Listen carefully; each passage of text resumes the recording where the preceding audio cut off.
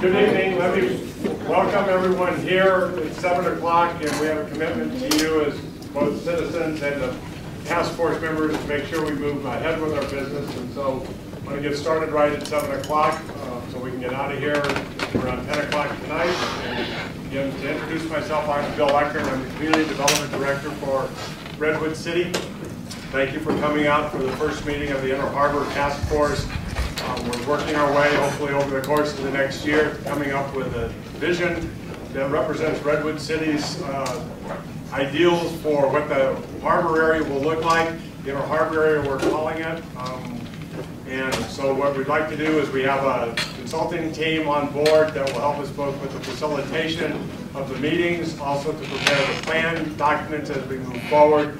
Also, as we go further into the year, we will bring on an environmental consulting team to help us prepare the environmental impact report or whatever other documents are necessary to move forward with the planning process. Ideally, sometime around this time next year, begin looking forward to moving to the Planning Commission and the City Council. With that, I'm going to introduce Laura Stetson from MIG, who's going to be the facilitator for this project. Have her walk you through what this evening looks like. We have, I think, an interesting evening broken up into a couple of different parts so that we can make it be productive both for the task force and for the community. We don't want you to be shy. We want this to be an engaged operation. So with that, let me turn it over to Laura and get going.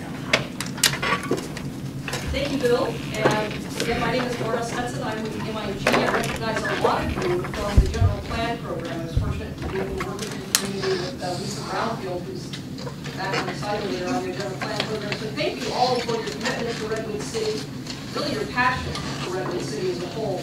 And over the next year and a half or so, your passion and commitment to what we're calling the Inner Harbor area. I will introduce our consultant team and other dignitaries in the audience in just a second, but I wanted to go over the agenda. As Bill indicated, we've got about a 3-hour meeting this evening. You all know that we've got refreshments in the back, so please feel free to get up and help yourself to coffee and cookies and nuts.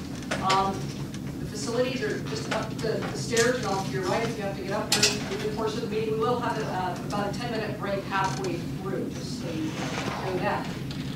This is the task force for the Inner Harbor to put together this specific plan. We have the task force members sitting at the table this evening. The format of tonight's meeting for the task force is going to be different from how we're going to be conducting the other meetings. Tonight we really wanted to open it up to the public for some discussion and comment at the front end of the meeting. We will be having public comment at other task force meetings. They are open meetings. They are Brown Act meetings, for those of you who know that terminology from public meetings. But tonight we're dividing it up so that the public has more engagement at the front end. But again, you will be able to come to all the task force meetings and listen to the task force as they go through their exercises and comment at the end of those meetings. And as part of the presentation, we'll talk to you a little bit more about the opportunities for public engagement as well. After we have, I want to give you some background on the project area, give you all a chance to comment. Then we're going to take a short break and then resume the more formal task force part of the meeting. That's really going to be focused on the task force role, responsibilities, and mission moving forward for the rest of their meetings. Then we have a special presentation from a special guest, Gabriel Diaz-Montemayor, who led a group of ASU graduate students, was it, in a design study class out in the desert. They came up to the water at Redwood City and put together really a fantastic visioning process for what the Inner Harbor and some other areas could be. So we're going to have that after we have the task force part of the meeting. And then if we have some time at the end, and anybody would like in the audience would like to react to the other meetings, we will have those opportunities as well. So let's first introduce the team, because to put together a project like this and to work with your task force takes a lot of work for folks who are both within the city and assisting the city. But really the overarching folks guiding this specific plan process is the city, the residents, the business owners, and people who have stakes in Redwood City. You're going to be providing input to the task force. The task force in turn is going to be providing guidance to city staff and the consultant team. The overall specific plan process is being, a facilitation process is being led by Jill Beavis, a former city employee, now a planning consultant, but actually knows a lot about Redwood City, and she is going to keep this program on task. So we're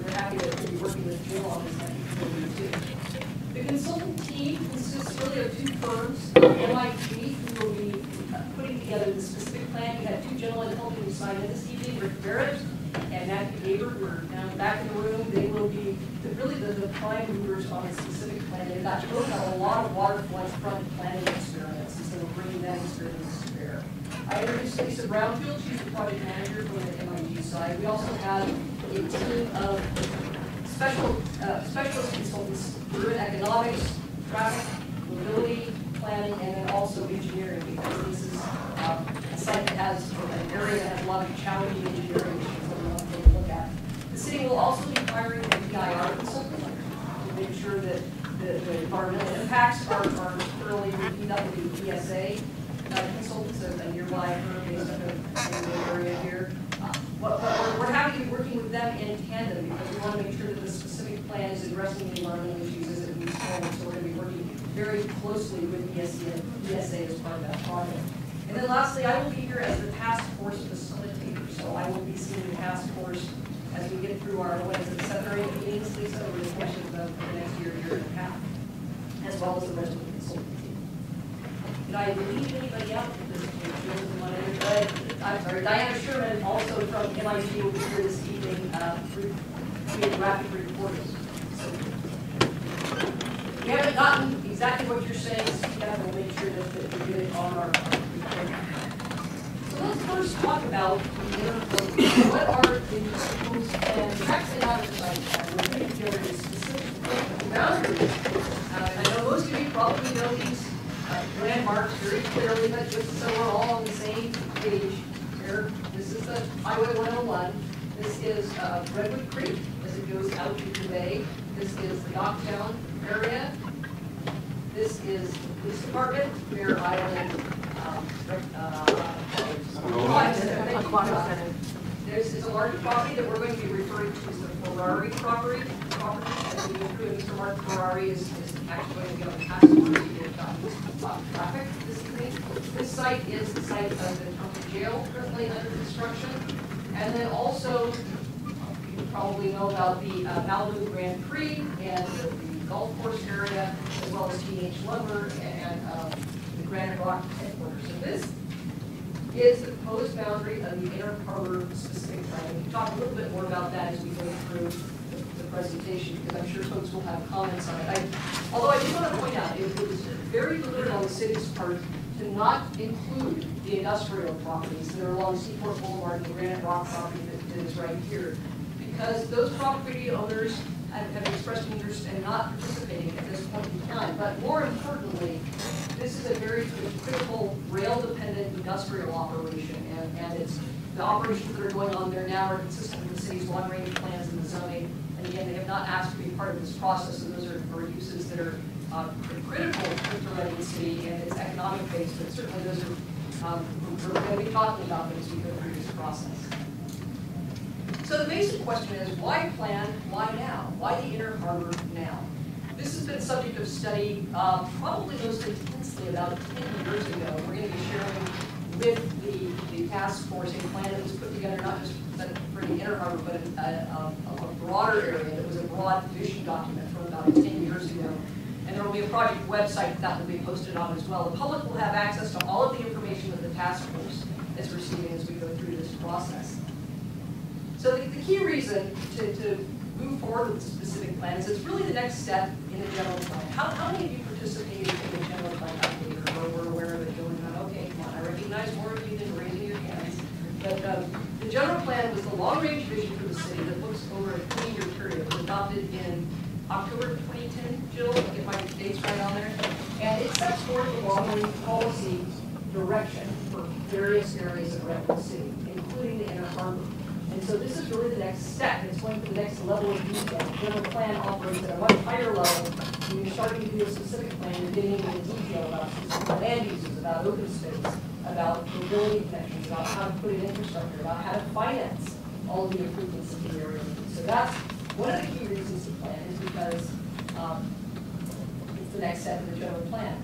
But this is a very special place for the community. And as you can see from living down there, or showing some of the images, there's some areas that are probably not living up to their economic potential, or are not really serving a broader community need or broader function, or really taking advantage of this waterfront resource. The water's right there. If you go to a lot of other communities on the bay, you can see how they have very productively used their waterfront. And so this is an opportunity for Redwood City to take a look at those issues. To connect the Bay Trail. The Bay Trail is something that cities all around the Bay very much value, and there are some missing links, and this is an opportunity to create some links that work for pedestrians and bicyclists much better than it does today.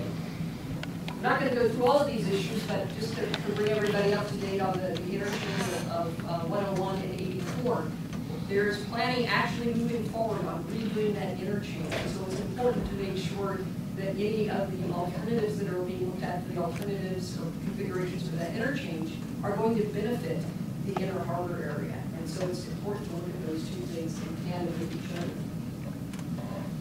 The specific plan is a little bit different than some of the other plans that Redwood City typically is prepared for in its areas. You might all be familiar with downtown. And downtown has something called the precise plan. It, to some extent, replaces zoning, but it really provides very clear guidance on what should occur, what the city's looking to occur in the downtown. A specific plan goes a step beyond a precise plan in two ways.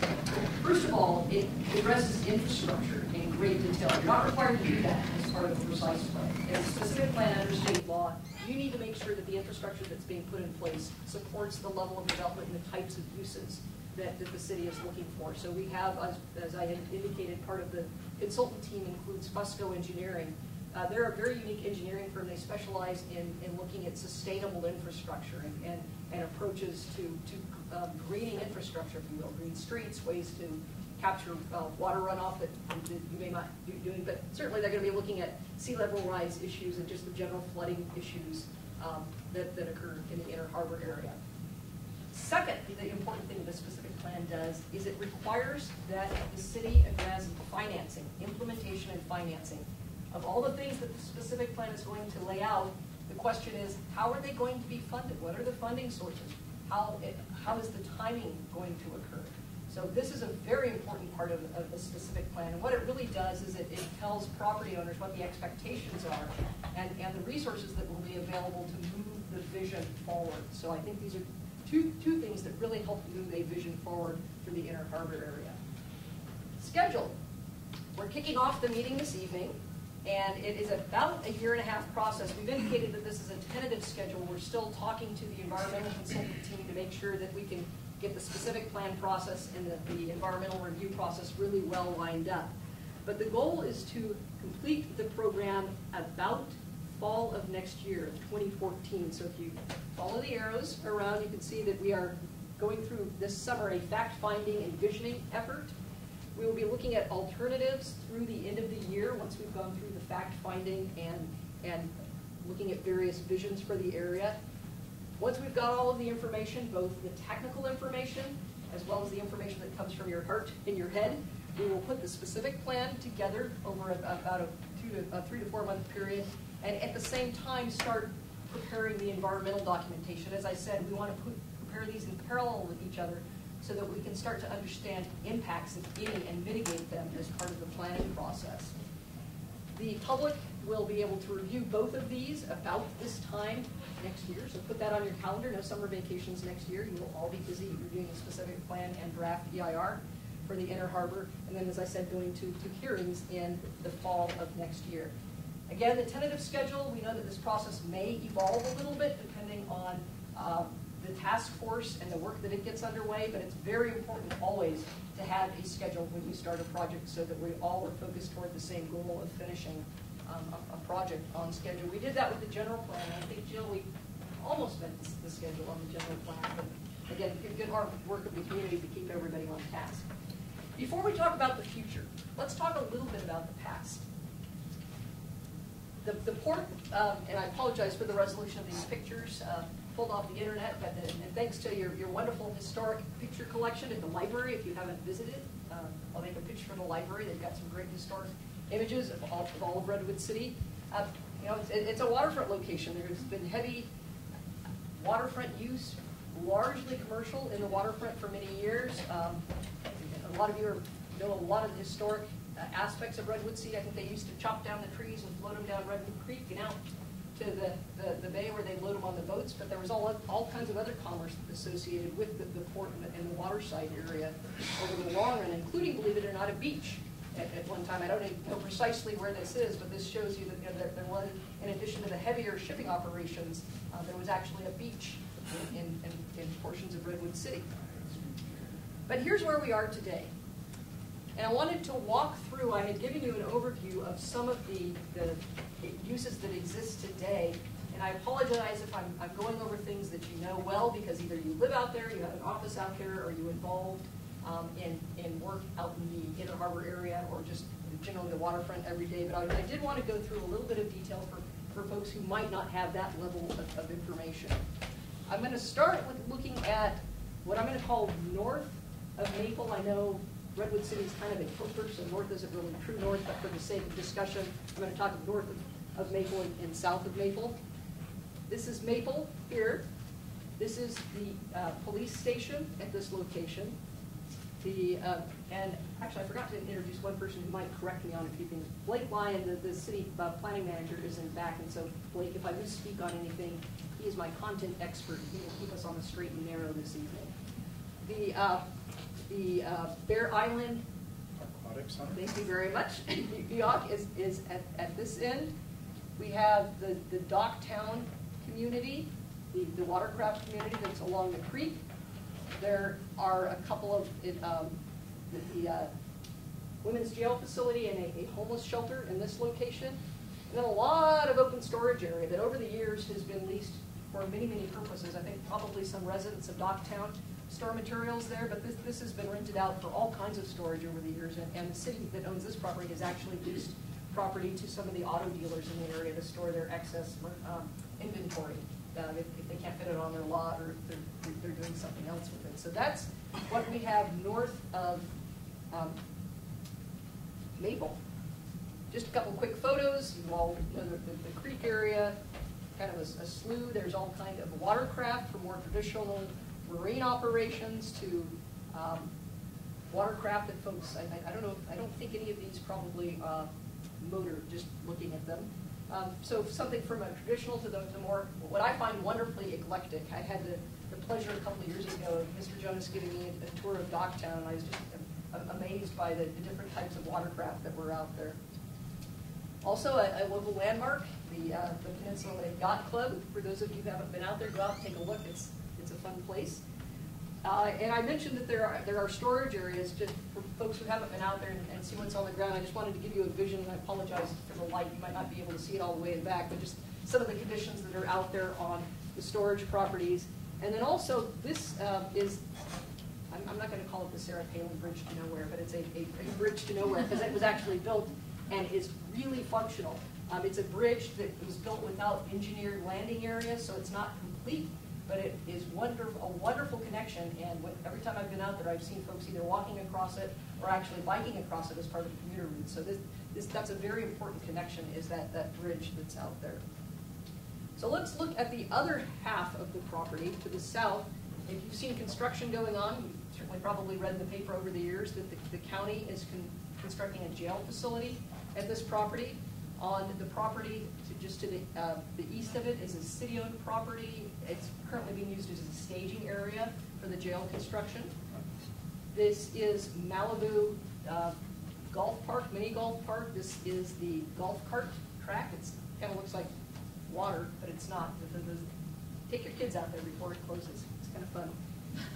And then along Blomquist, there is the Granite Rock, which is a major property owner in the area. Has their, I don't know if it's their headquarters. There's some, no, not their headquarters, just an office building that Granite Rock operates out of. Thank you. And then T&H Building Supplies, lumber, so that is a yard there. So we're not talking about these properties that are on Seaport, along Seaport Boulevard. So the project area stops right here for now and does not include, as I mentioned, any of the Granite Rock aggregate facilities, the construction materials that are at this location. A couple of quick pictures. I just wanted to point out that you can see that this is Blomquist. That obviously it dead ends. It doesn't go all the way through the project area, but the conditions are such that, you know, it's well landscaped, very well used, but by trucks, a lot of heavy truck traffic on the road. And this is actually part of the bike trail, so it is used by commuter cyclists and probably recreational cyclists as well. And this is the parking lot for the Malibu Grand Prix and golf course. That's an overview of where we are today, what the area looks like, what the city is looking to do to put together a specific plan. What we want to focus on this evening from the public standpoint is the future. We want to hear a little bit perhaps about some of your concerns, but we really want to focus on where we want to head with the Inner Harbor specific plan, because you've got the task force here this evening. They're all ears, and they want to hear from the public, from people who have either their residents out there, who have businesses, or folks who are just generally interested as members of the Redwood City community. We don't have a formal way of going through this. You can see we don't have any microphones. There aren't any speaker cards. What I'd like to do, and let me kind of lay out the rules of the game here. It's 7:20 right now. We wanted to. We do have speaker cards. Thank you, Joe. Do we have pins for folks if they don't have them? We'll hold off on. I'm sorry, Joe. You said we have comment cards, but not. Oh, they're comment cards. We don't have speaker. Yeah, I'm not going to ask for speaker cards for folks. If you want to state your name and affiliation, that's fine. We want to spend just about an hour or less, or we've allocated an hour to go through the public comment on this. We're going to do it for those of you who are familiar with going to a planning commission meeting or a city council meeting. We'd like people to limit their comments to about 3 minutes, to be brief, to the point, if you can. If you'd like to state your name and your affiliation, that's great. If you don't care to, that is fine too. Diana is going to be taking down all of your comments on the wall graphic. We're going to do this in a fairly informal way. I think if you just raise your hand, you can either sit or stand up. It's up to you. And Jill, Blake's the timer. Thank you, Blake. And he's just going to make a little noise when 3 minutes is up, and if you could start to wrap up your comments at that point. Task force, does that work for you to go through it this way? Public, are we all on board with how we want to do public comment? And again, if you have an issue that we can't, actually we're not addressing things tonight, we're listening tonight. Again, if you can keep your comments focused on where we're headed, that would be great. You know, I'd like to see in the Inner Harbor, or this is missing from the Inner Harbor, or this is an issue that we need to address in the future as we're doing the specific plan in the Inner Harbor. That's how we'd like the comments to move forward. So with that, I would like to open it up for public comment. Is there someone who would like to start this evening?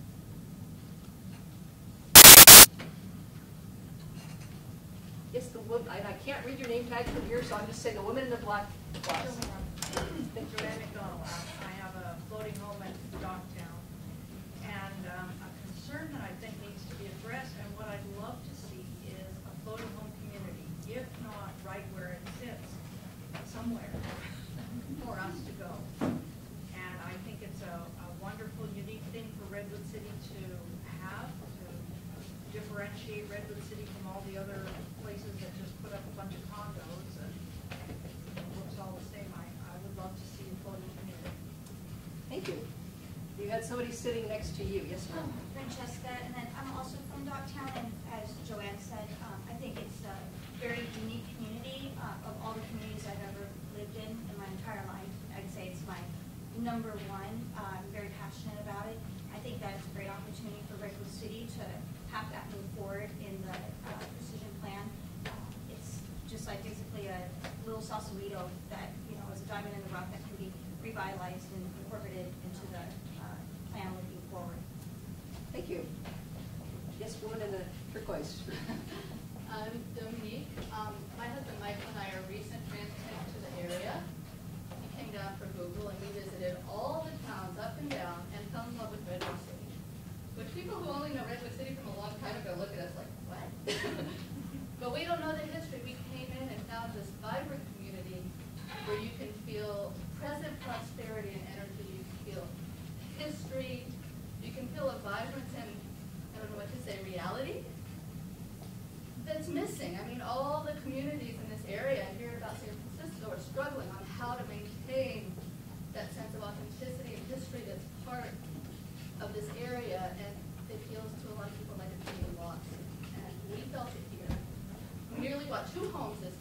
We visited one marina 1,000,000 times, and we visited Docktown a bunch of times.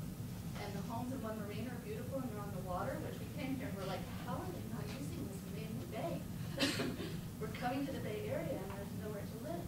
So we looked at those and we visited Docktown. Of course, there's an amazing energy at Docktown that drew us in. But there was nothing for sale for us. We have a family of 5. But we kept standing on the bank of one marina and looking over at Docktown and feeling like this is such a unique resource. And it's not just Docktown, but the whole history, the pictures you just showed, what you said, wonderfully eclectic. Like that to us is what Redwood City offers, that nowhere else on the peninsula have we found. So we're not about one piece of it necessarily, but just keeping the memory of that history, maybe increasing the history awareness. I think we're Redwood City's represented here. And really drawing the city back towards the water and keeping that connection with the history and with the eclectic nature of the area just feels like it's what drew us in and we hate to see it going. Well, welcome to Redwood City. I'd just like to add just 1 or 2 more sentences. One, we were in co-housing in Portland, and we really felt a strong sense of community in the co-housing and learned a lot about the community. And one of the things that we really appreciate about Docktown is how much there's a sense of community in Docktown, and it really drew us in. We just feel this tremendous sense that everybody's there to help everybody else out and to welcome people like us. I mean, we've sensed a tremendous amount of welcome. I think that is something that's lost in society in general, and I really feel like that exists in Docktown. And I don't know what all the elements are that make it that way, but I really do believe that that's a valuable asset for Redwood City, and that Redwood City would benefit from understanding why there's such a strong sense of community in Docktown and making sure that that's carried forward in whatever plans come out of this process. Thank you. I'm going to jump in back. We're going to a couple in back and then come to the front. The woman in turquoise, please. Hi, my name is Julie King. I'm a 17-year resident of Redwood City and a 12-year member of Bear Island Aquatic Center, the rowing club up the street here. And when I moved to Redwood City, this was not a destination. At least for me, it was not at all. But I've seen immense growth and change, and Redwood City has become a destination. It's fun to be here. I shop here now, which I didn't do before. I recreate here. I stay in Redwood City, other than work, unfortunately, and for quite a bit of my day. And I'd like to see that continue. I see a lot of restaurants going in downtown. I don't see a lot of recreation going on. So I would very much like to see some of that inner area devoted to recreation area, and particularly from my perspective, refers to water sports. And I'd like to see that done in an environmentally sound way that protects the resources, the natural resources that we have here, and continues this path that we're on to make Redwood City a destination and a place people want to come to, both to play as well as to live. Great. I'm going to introduce you to the chamber president later, I think. She's got some statements there that might go in a couple of brochures. I let it off. Yes, sir, in back. Hi, my name is James Lee. I'm a Redwood City native, 179 in Kaiser. I'm here today because I'm concerned about the type of development we're seeing along our waterfront. I think there's a lot of potential in the Inner Harbor area, but what I'd like to see for the future of that area is that zoning isn't changed to make way for development that is sustainable there. For instance, we have a lot of Docktown, or the area near Docktown that's known as tidal plain. That should stay tidal plain. That should not be rezoned to make way for residential. If there is development there, it should be something that's sustainable. A park, open space, or light industrial where businesses can retreat. It's hard to move, hundreds of units of housing back with sea level rise.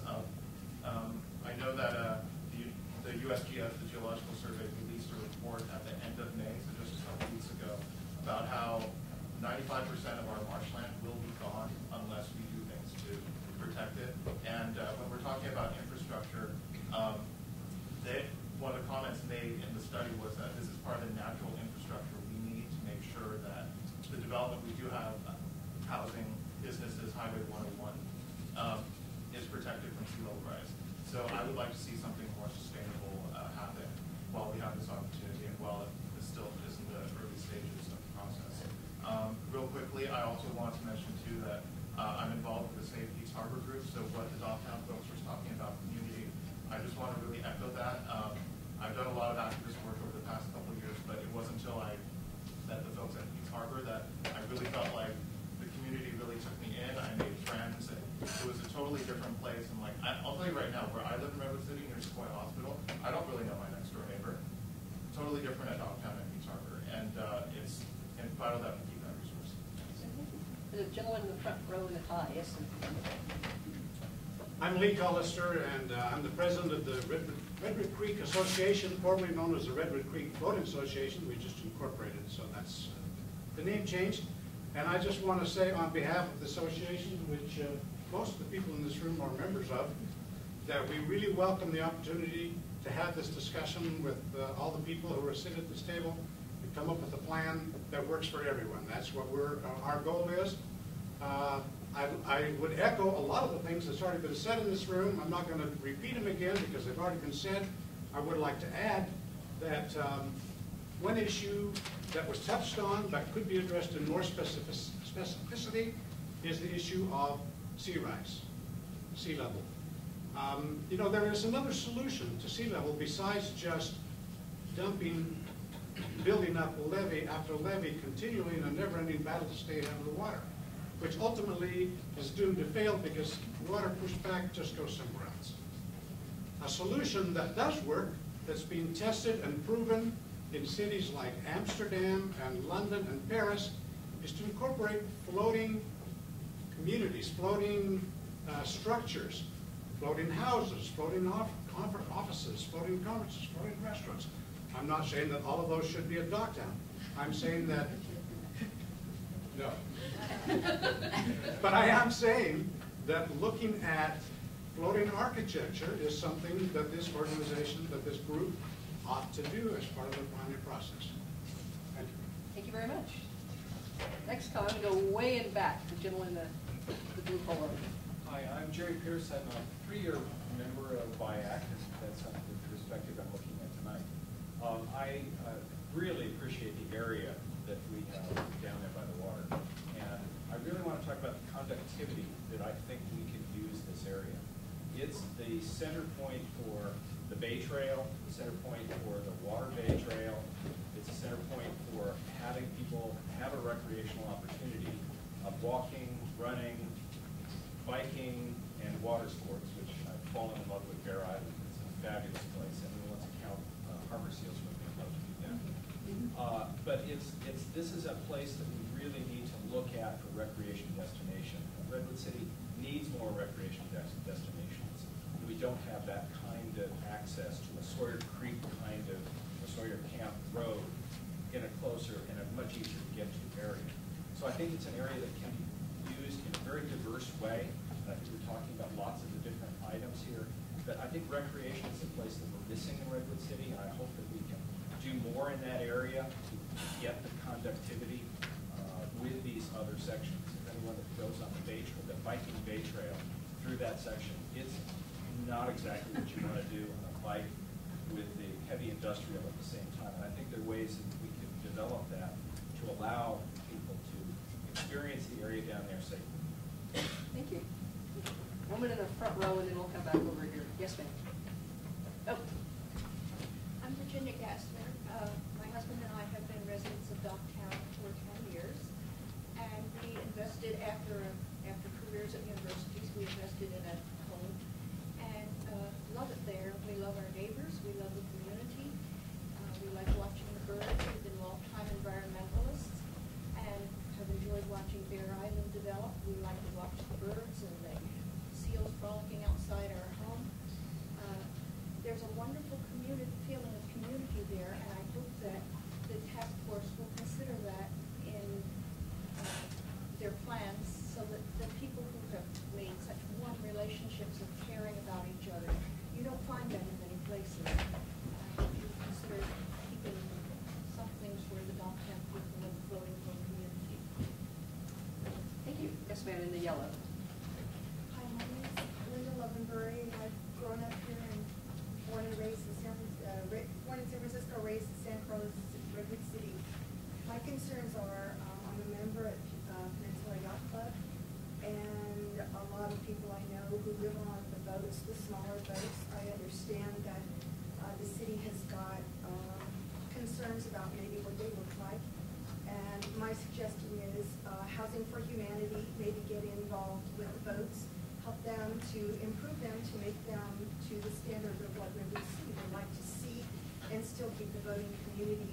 So the people who live there, who are veterans, who are disabled, who are senior citizens, who can afford a small place and not become transients, as I understand from the last council meeting, you want to make more areas for people who don't have homes to have a rest stop.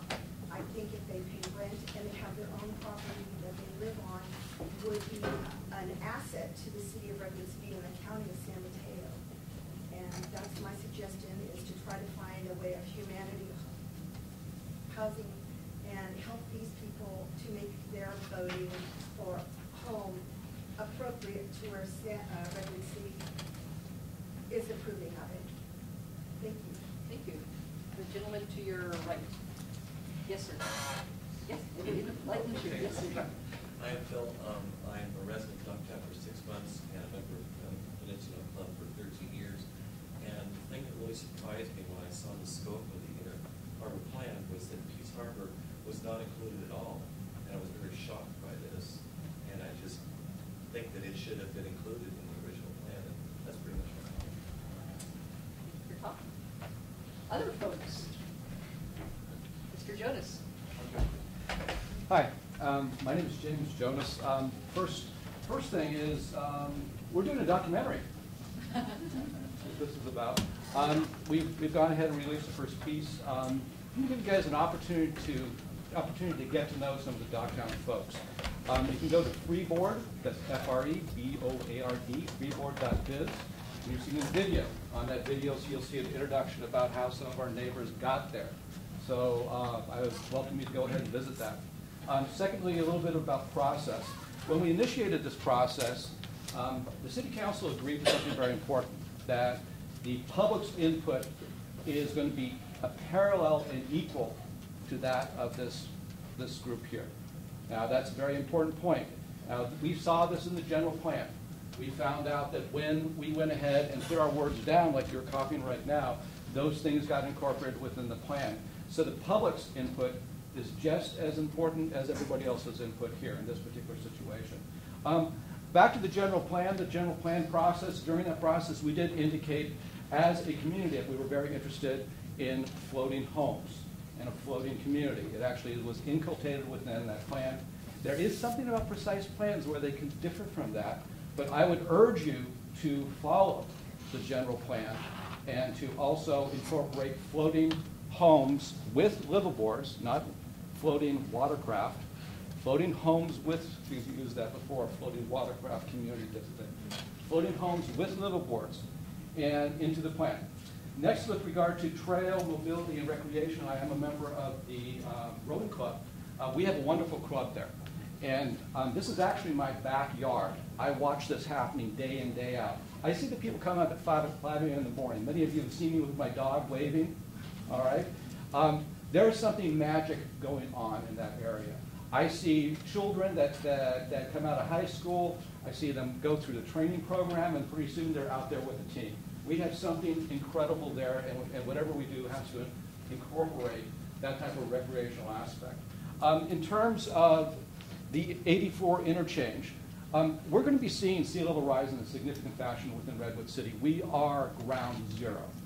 Over the next, by 2100, the estimated impact on the residents of Redwood City would be 25% of the population is flooded. That's in the worst case scenario if we had hit around 5.5 feet, plus we have something called an El Nino effect around here, which is another 10 to 12 inches. And what this indicates is that this is something that this city has to confront. But we have here, within this specific plan, an opportunity. The opportunity here is to create a living lab. Now, I know we come from floating homes, but what they're doing on a worldwide basis is working on several different types of ways of adapting to sea level rise, and I'll finish right Number one is floating structures, but number two, building structures which actually have flow-throughs for their first floors. Also, ones that are able to handle water and water increases. But the thing is, the basic thing is that basically what we're doing is starting to build infrastructure, which is the basis for us being able to adapt to sea level rise, and the precise planned area is a place for us to experiment with those ideas. Thank you very much. You say you're making a dock documentary? Docktown documentary. All right, other comments? We're hearing a lot about things that we want to make sure that we include that are focused on ability to live within the area and unique environments. Are there other ideas that folks want to bring up, or other issues that you want to make sure that the specific plan process addresses? Yes, sir, in the back row. My name's Tom. I'm also a resident of Docktown. Obviously, I believe in a floating home community and all that, but one thing that hasn't been mentioned is kind of the view from 101. As someone that's grown up in and around the San Mateo area, it's a little depressing every day driving by and seeing nothing but a sound wall. And you know, as James said, this wonderful area that we have down there and getting people into the water, I think would be very beneficial. If there's some way that we can draw the people that drive through Redwood City and see what we have and bring that people in, I think that's something like the Chamber of Commerce would like. Somewhere where they're seeing this nice area that takes us off, that puts us on the map as people are commuting from San Francisco to San Jose. And you see it. Most cities have sort of a landmark. You know, people ask me where I live, they don't know exactly where Redwood City is. I can generally tell them, hey, it's Malibu. That's disappearing. My kind of fear is in the future it's going to be, oh, it's the jail. However, looking at the plans, I agree that the jail doesn't necessarily look like a jail. So my fears have been kind of abated on that a little bit. But it really says a lot. As a, you know, I'm a person that drives to Tahoe all the time, and anyone that does that drive regularly has seen over the last 20 years this kind of suburbanification of that area all the way up with sound walls, and every town looks the same. And we really do have a lot to offer. So I would like to see somewhere with that little areas that's been kind of at least addressed or thought of as those plans in those areas kind of go in the long term and help draw people to this area. Very good, thank you. Other comments? And if you can't think of something right now, or if you want to hold off, we all have time at the end too. Yes. Hi, I agree with many of the comments that were made, particularly on making a recreation destination, at least part of it, if not all of it. But what I was hoping, and I don't see up there, but then my glasses, I don't know if I can see them. If it was mentioned before, I apologize, but I want to be sure whatever's planned there, that we try to connect with our downtown and make safer routes getting back into the heart of our downtown. Because if, in fact, we do have floating homes and we do start setting up recreational activities, we want to make it safer for people to get from one area of the city to another, and right now it is not. But we have a rare opportunity here to plan that ahead of time, if we're all working together, to have safer routes out of from the waterways down into downtown and to other areas of the city. So it's just something I don't think I saw up there. For bicycles, pedestrians, as well as vehicles. We had two folks who have already said something, so let's first focus on people who haven't had a chance, and then we'll come back to you, sir, in the 30 show. Yes, I'm Bob Heflin. I'm also a Docktown resident. She allows me to live in her house there. Basically, we've been there for about 13 years, first in a boat and now in a floating home. And something that I've noticed, we try to walk and bicycle to downtown, and it's very difficult to do that the way it is now. Basically, you know, the bridge to nowhere, you go past that and then you can go under the highway. And there's always a large homeless encampment down there. And for the most part, they seem like nice people and they've got nowhere to go. But I think the homeless issue needs to be dealt with if you're going to make the walkability, whatever happens down there between the two sections, the downtown and the harbor area, really accommodating for people. Something has to be done to help the homeless people live in a way that's not interfering with the interconnection there. Thank you. Absent anybody new, a gentleman in the front row with the polka dots and then the back of the back. One thing I haven't heard anybody talk about yet that I'd like to add is the importance of public access to the water from downtown. That's something that's been talked about in the general plan, that's been envisioned for a long time. That is to say, in addition to enhancing the ability to walk under the bridge. I have seen the preview of what we're going to see later, which is the students' plan, and the one thing that I really did like there is that the way that they turned around, added a new side on Mervyn's and those other buildings, so they faced the creek. There was a face to the creek. There were trails along the creek. People didn't have their back to the creek. They were facing the creek. And the idea of ongoing traffic back and forth from downtown to the harbor in Redwood Creek, just like there always has been historically, I think is an important component. I also like to add that as part of that whole process, we have to be very environmentally conscious about the creek. I'm proud to say that Docktown residents, led by Dave, who's not here, have a history of at least 4 times a year going out and cleaning out all the trash that comes down the creek. Comes down from downtown Redwood City during the storms. We'd like to see a greater effort to keep more trash from coming down and support for our efforts to keep the creek clean and do other things that would enhance the water quality and keep the whole area an environmental showcase. To the extent that there would be a marina, we'd like to see it become a model green marina. And the only thing that's really holding things back in that regard is that there was a former landlord who had no incentive to invest because he didn't actually have a legal contract. He was there on a month-to-month basis. We have the opportunity now to do something that incorporates green technology to keep the creek clean and the area an environmental showcase. Thank you. Yeah, I guess just to sort of touch upon and recap what a lot of others have recently said, to definitely work on that underpass of the 101 so that we do have that connection from downtown Redwood City in a more kind of safe-doing fashion, especially to Docktown and back.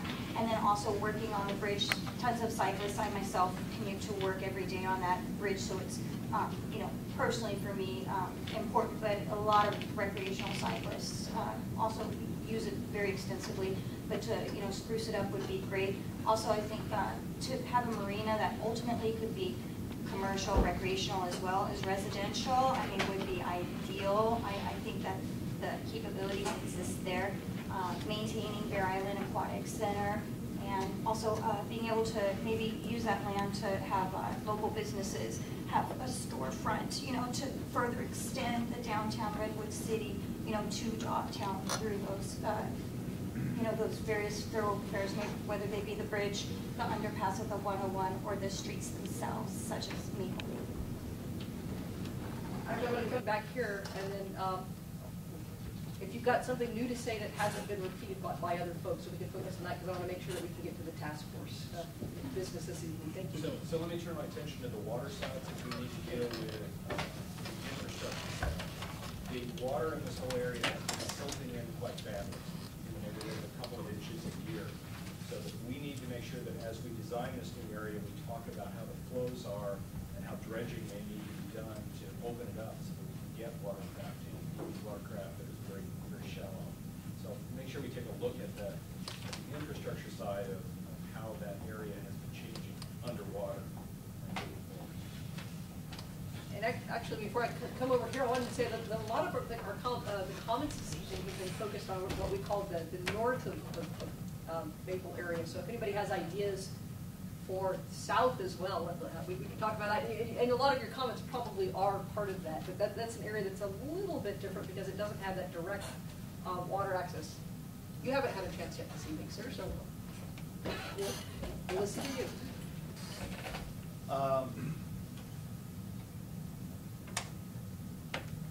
I've been living there since '98. I live in a sailboat that I built in El Viso, and I was basically pushed out of El Viso. There's no more boats in El Viso, and they had a harbor there, lots of people. And when I moved in, the peninsula had 400 people, and when I got there, about a month later, they were all pushed out. And I'm just thinking that we really have a chance here to keep some harbor that people actually live in around. And then the peninsula right now is, you'd have to go up to Oyster Point, which is like lots of wind and cold, very uncomfortable as far as weather concerned. Or you have to go to Alameda or Richardson Bay, or like, no way, because nothing can be left down here in the south. That's all I have to say. A couple of new folks, yes, sir. So my name is Chris Tabner. I'm a flight instructor at San Carlos Airport for the last 15 years. I've been a resident at marinas all over the Bay Area at certain times in my life. I've also been a, what we say on the hard, on the land resident of Redwood City, Belmont, and this area. I really like this area. One of the things that attracted me to Dogtown is obviously I like living on the water. It's a beautiful environment. The proximity to the airport that I work at every day, the bike path, is just a 10-minute ride to work. And having flown over this area for 15 years, I have a unique perspective. And progressively, even before I knew of any of the plans and things that were going on and the development, and wasn't really in touch with the city and the projects, I watched the marinas slowly go away from the air. Just every day you would see something kind of go away, and what's going on there, and I wasn't really concerned because I wasn't involved in it. And I had a boat at Keys, have a boat at Dogtown, have a sailboat here, pay rent. You know, we have a lot of professionals within the community that live aboard, utilize the water areas, and it's just it's a unique place that we need to really capitalize on. Development is not the enemy, but if we continue to develop the way things are going with the Peace projects, the Peninsula, the Marine One, where we're just putting up condos, and there's no infrastructure being developed to support that. There's not much public transit in this area. There's no restaurants or facilities this side of 101, so if you have to go to the grocery store, everybody's got to get in a car or something and drive over. So I think there needs to be somewhat of a rethinking. Yes, we can build all of these beautiful buildings and things and have amazing stuff going on, but if there's no infrastructure to support it, we're reverting back into a oil-dependent society driven by cars. This is just a really unique place, and like I say, all the marinas I've lived in, like Dogtown has had the most personality of people, and when we talk about the vision of that general area, in my mind, I see beautiful floating homes on one side, and I see cafes and artist studios and all kinds of things on the other side of the street that could create not a gentrified environment, but a more kind of hip, bohemian life, vibrant, somewhere you want to go walk around on the street, you want to get an ice cream, you want to get a coffee, you want to sit outside, look at the water. That's what I envision. That's what I think the best answer is. I mean, look at European things. They don't throw up condos over and over and over. No one goes to visit. I wouldn't vacation where those condos are. Think about where you want to vacation. Think about where you want to go to get away. And if you can build that within a mile of your home, a bicycle ride, a walk away, then why not pursue that aspect? Why should we build more large glass impersonal buildings in this area? And so far, that's kind of what I've seen over 15 years of being on the ground, on the water, and flying around. I think it's a really important concept to think about exactly what you're getting into as far as the aesthetics and the feng shui of what you're about to put up here. Okay, thank you very much. This comment in front, and then, do you still have a comment? Yep. Okay, we'll take this gentleman first. Yes, I'm George Gassner, Dogtown resident, and a thought I had about that land. It seems if we're really serious about the environment, environmental studies, marine biology, in the planning that the city has for schools, wouldn't it be a great place for a middle school dedicated to environmental studies and marine biology right there on the water, and you would have no short supply of volunteers who would help in the school. It would take what is we might be considered as a blight by some people, but the storage area was certainly a blight. And that is great. We are happy that that's all being cleaned up. But it seems to me we need land. We definitely need schools with this tremendous growth of new homes coming.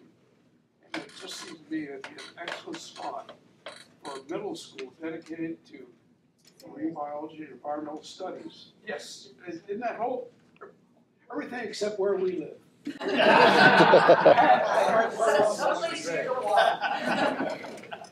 But it would just think of the resources you have. You have the Bear Island Royal, you have the Bear Island Natural Habitat Community, you have the creek.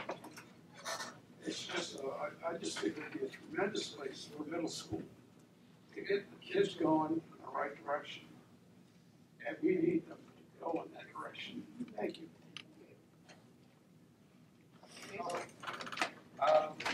So let's cover a couple things that we haven't talked about. We've talked a lot about downtown. First of all, standards for development and design. When we did the general plan, we actually put in there a very specific requirement that we're going to do some sea level rise standards. Those haven't taken place as far as I know. I mean, I could be mistaken.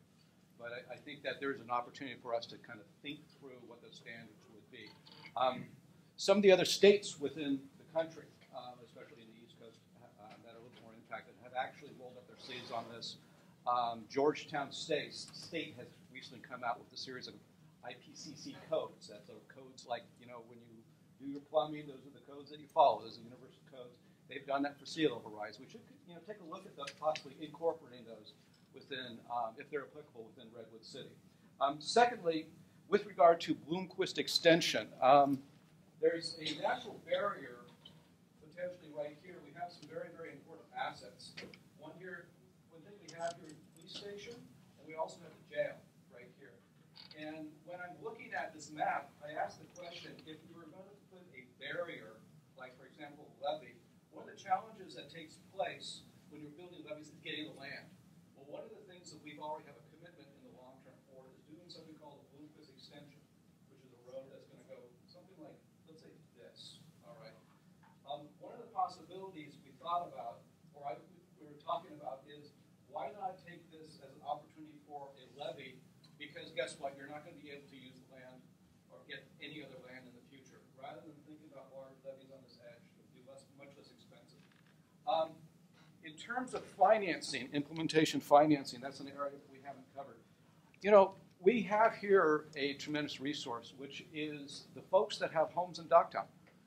Myself and my wife have talked about it, and we'd be more than willing to help out, build docks, build a marina, in order so that we can have a long-term future within this area. So I just want you to know that my household, as well as many households here, anybody else want to raise their hand on that? Okay, there's people raising their hand. These are people that are willing to invest money into building infrastructure, okay? And so in terms of implementation financing, remember you have a resource here because we're interested in making a long-term commitment to this area, and if you will meet us halfway, I think we can get something done. Thank you. We'll get a turquoise shirt and then we'll go in back. I like the way people are continuing to focus their comments on new ideas, so thank you very much for bringing up new topics. Just listening to all the great things about housing and recreation and connectivity made me feel like I really hope that this group is going to look at other waterfront revitalization efforts and what other cities have done. We moved here from Portland. And it's not that Portland's waterfront is a perfect model for here, but so many of the things that people are saying were incorporated there. It was an industrial waterfront. They put a park along it.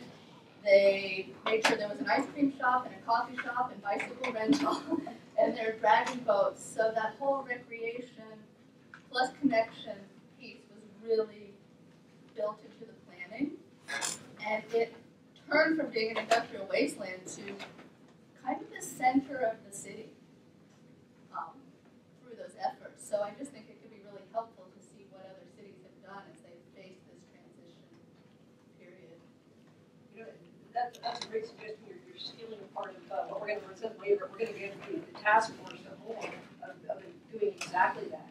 We're not going to pay for all of you to go up to Portland or to, I know one of our leaders, Carol's already started on her research in this regard, but we are going to be asking the task force to bring some of the best ideas of places that you know, and either through personal experience or heard about. Yes, sir, in the back. The mention of the jail, just wanted to bring up quickly that the side of the new jail is on Chemical Way, and there had to be a lot of expensive, time-consuming mitigation done to make that land suitable to build a jail there, to house people there. And even with that mitigation done, it's not up to residential standards. Because the standard for people in a jail, apparently, who are there 24 hours a day, are different for them. So anyway, I bring that up because, again, there were comments made last year when the staff report for the Inner Harbor Precise Plan was brought to the council. Some comments were made about having residential there. I think it's really important to look at the cost concerns, the mitigation concerns, all the concerns that would come to the forefront if residential became the core focus of this area. It really should be, as other people have mentioned, recreation, parkland, that kind of stuff. Yeah, I'm going to go back. I just have to contradict you because I am actually on the jail planning unit advisory committee, and that land is clean. It's the cleanest it can get. It's, not for residential. Yes, it is. Say if we have a conversation that we want It has to have been outside cleaned up to the highest standard, and it is residential clean. And, For housing. for housing. So I think we should look into that. That's not exactly a correct statement. Actually, let's keep the discussion open. So people would like to do, that's what these meetings are all about. We've got Blake and other staff folks here. Is that we want to make sure that the task force is getting all of the facts, and we will make sure that all of the right information is out to the task force as well as to the public. Let's see, we've got about 10 or 15 more minutes for public comments. So I don't see any new hands up. We have black teachers and yellow and I want to build a little bit on what Chris and Dominique were saying. I grew up in Canada, and Vancouver in British Columbia has an area called Granville Island that in the 60s and 70s was literally a dump. People would push their garbage, and it was just old warehouses that were not being used. And the city partnered with a developer, and they turned it into the coolest place in town. And they have little restaurants and marketplaces and little shops that sell artwork, and they have a couple of theaters.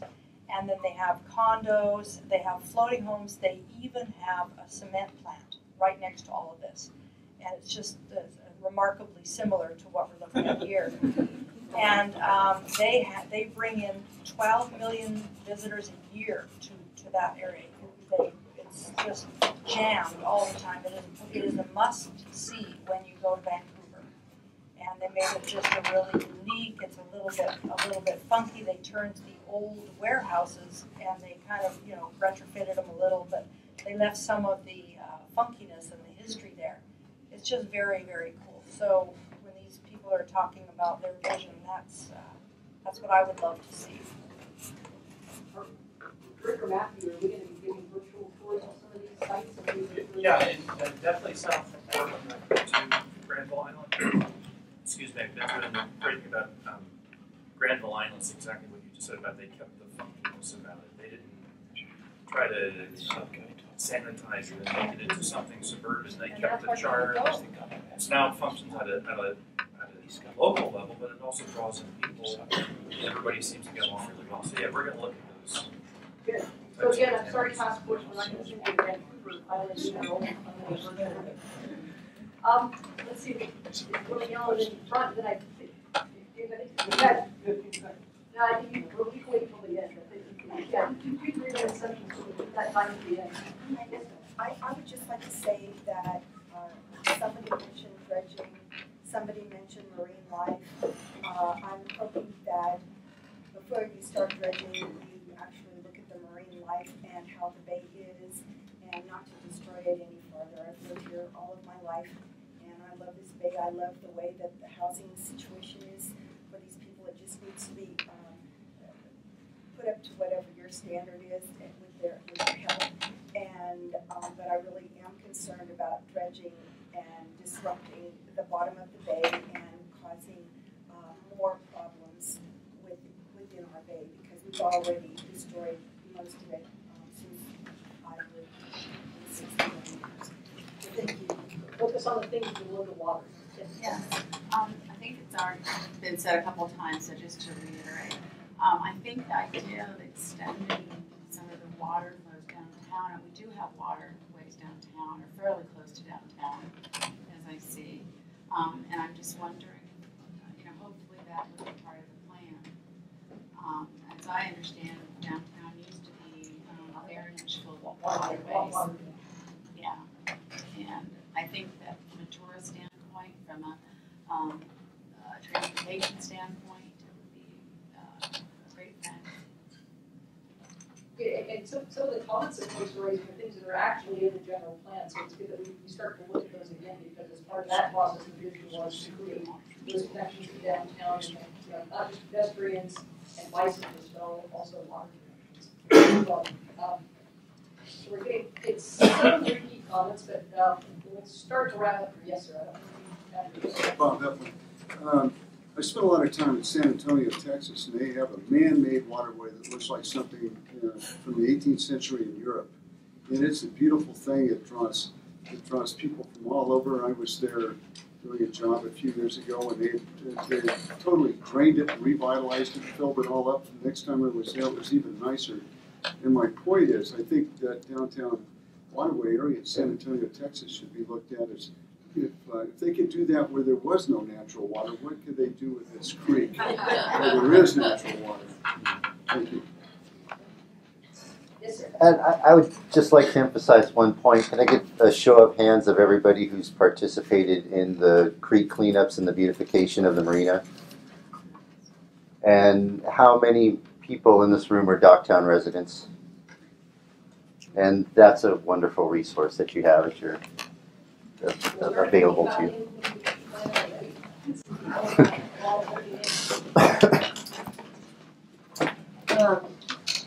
Miss Radcliffe, and I was on the original downtown task force way back in the beginning when we started envisioning what our downtown was going to look like, and you can now see the fruition of what we've done. And I just want to thank everyone for coming, because I think this is such an important process, and it's going to be a long process, and I hope you will encourage others to come. But I think in the long run, we're going to come up with a much better plan than we ever thought about. So thank you.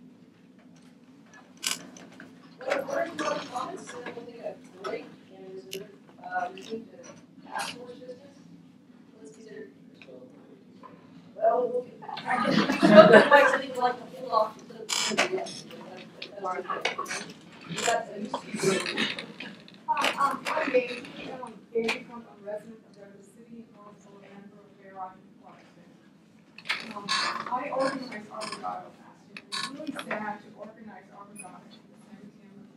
Here we have the port of Redwood City. It would be awesome if we could organize Arborado here at the port of Redwood City. We also have Bay Area Senior Days that we're trying to add Roma to it. It would also be beneficial if we could have our Bay Area Senior Day Rowing event here at the port of Redwood City.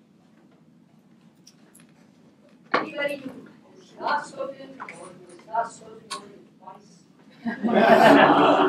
And we certainly don't want to squelch any discussion. We have some other business to get to, and we set aside some time at the end for additional comments as well, because you might hear something either part of the presentation or otherwise that you might want to comment on, and we should ask for here. With that, let's take a 5-minute break. It said 10. I think if folks just want to get up and stretch their legs, we'll be back here at 15. I'm glad everybody's having fun. Good to see your neighbors again. Sorry. Oh, no, I don't care. I got time. Lisa, can you get everybody to sit down in the back? Trying to not point at our stuff. So you can reach it left and maybe let the water come in here. All right, I'm going to start out and introduce the task force. Or more directly, let them introduce themselves. Thank you, Hack. Very much. Get the cookies before somebody else takes them. All right, good. First of all, I want to thank the task force on behalf of the city for volunteering your time. We've got several meetings over a several-month period. We haven't given you complete schedules yet, so you're kind of going into this not knowing what completely to expect. Part of what we want to go through this evening are to help you understand what the expectations of the task force are, of your roles and responsibilities. But first, it's going to be important to understand your background. So I'd like to, starting with Ms. Buckmaster here, I'm going to ask you to give us your name, the organization that you are representing this evening, how long you've been involved in that organization, or if you're a Redwood City resident, how long you've lived in Redwood City, and then also if you have any particular expertise or interest that you want the task force to know about that you're bringing to this effort. And so we'll start here and go around the table. We've got a couple of folks who aren't here this evening. Bill, do we just want to hold off on saying anything about them until they're at the next task force meeting? Or I'll make up bios for them. Good. Okay, good. We will have short, fun bios for them. So, go ahead. Okay. I'm Amy Buckmaster, and I'm the new president and CEO of the Chamber of Commerce. Sorry, what? And I was actually, I moved to San Carlos when I was 6 months old, so I'm pretty local. And I live in Redwood City currently. I've lived in Redwood City for the last four years. I love Redwood City. I love the Chamber, and I love the whole community. And I think it's very positive that you're all here. I think this is a really great opportunity for the whole community to engage. And that's actually probably one of my areas of expertise. I really am a big believer in community engagement and all groups working together for the best of Redwood City. And I have been with the Chamber. I'm not actually new to the Chamber. I've been there for probably about 20 years plus. And my background prior, I was the Vice President of Marketing and Programs. And our CEO just retired in January. And I was appointed to as the new president. So welcome and thank you. Mr. Brown. My name is Mike Brown. I'm the lawyer for one of the owners of the property that's, I think it was adjacent to the Docktown Marina, the land that has been in the, it was either the Solomon family or in the Solomon Associates and now in the Docktown LLC. I'm here, I guess, speaking on behalf of, or frankly listening on behalf of the owners of the property. I'm a lifetime Bay Area resident of more than 30 years with land use and real estate law. I've worked on hundreds of projects of all kinds, and every one of those projects, my personal feeling has been that if you can find the win-win-win-win, which means there's more than two and less than 100 stakeholders, or effectively find a way that you can kind of listen and be creative. And I firmly believe, from what I know of the properties in this Inner Harbor area, that there is an opportunity to do exactly that. Thank you. I am Carol Long. I'm a resident of Redwood City for 19 years. I live in Redwood Shores. I have been on the board of the Redwood Shores Owners Association, which is the master homeowners association. And I've been president for about the past, I don't know, it's been feeling like too many years. But I raised my hand only for this particular task force because I felt, one, I have been very involved in the general plan, and it made me feel like such a part of the Redwood City community beyond the little borders of that neck of the woods called Redwood Shores. And so I've stayed engaged with many of the issues in Redwood City since then. Also, as president of RSOA, I've had to deal with, I live on the water, lived on the water for the last 10 years. It's not, the lagoons, the big lagoons are not the same as Redwood Creek, but we have many of the complex land ownership use issues. How do you, what's the history and how do you grow it? Didn't actually get built out as the master plan did. But so at any rate, I thought I had some experience to contribute to a different environment, which I think is way more complex than Redwood Shores ever was. Maybe even more complex than downtown is ever. I'm not sure about that. Nancy, you could correct me. And my background is, in a former life, I was a partner at a very large consulting firm, business strategy and large-scale change. So bring all that analytical stuff. So I hope to be objective. I hope to be able to listen well. I'm not representing Redwood Shores. I'm representing I think it's a role to figure out how do you get to codify what residents are saying and try to bring that to the table in an analytical way. Thank you. Hi, I'm Mike Giari. I'm the director of the Port of Redwood City. I think a few people here I've met and I know who I am. And first I want to welcome everybody to the Seaport Conference Center. This is a port facility and you're at the Port of Redwood City. And I think it's very, very appropriate for this group talking about Docktown and the Inner Harbor area to be right here on the water and look out the window and see the water and the marina and the launch pad and some of the other, this is where the recreational aspects of the port are located. So again, welcome to the Port of Redwood City. I've been port director of Redwood City since 1995. That's my experience here in Redwood City and some of the things that have gone on in the port area and have been available to have some involvement in the things that are going on in Redwood City that aren't necessarily in the port area, but near the port area. And so I hope that I will be a resource for this group, and based on my knowledge and experience here at the port, and we'll see how this can be an asset to the city. My name is Orlean Chartain, and I'm a CPA, and my offices are in Redwood City. As a matter of fact, just across the parking lot over here.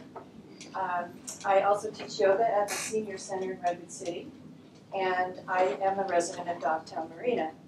And I've got all my neighbors, a lot of them here with me.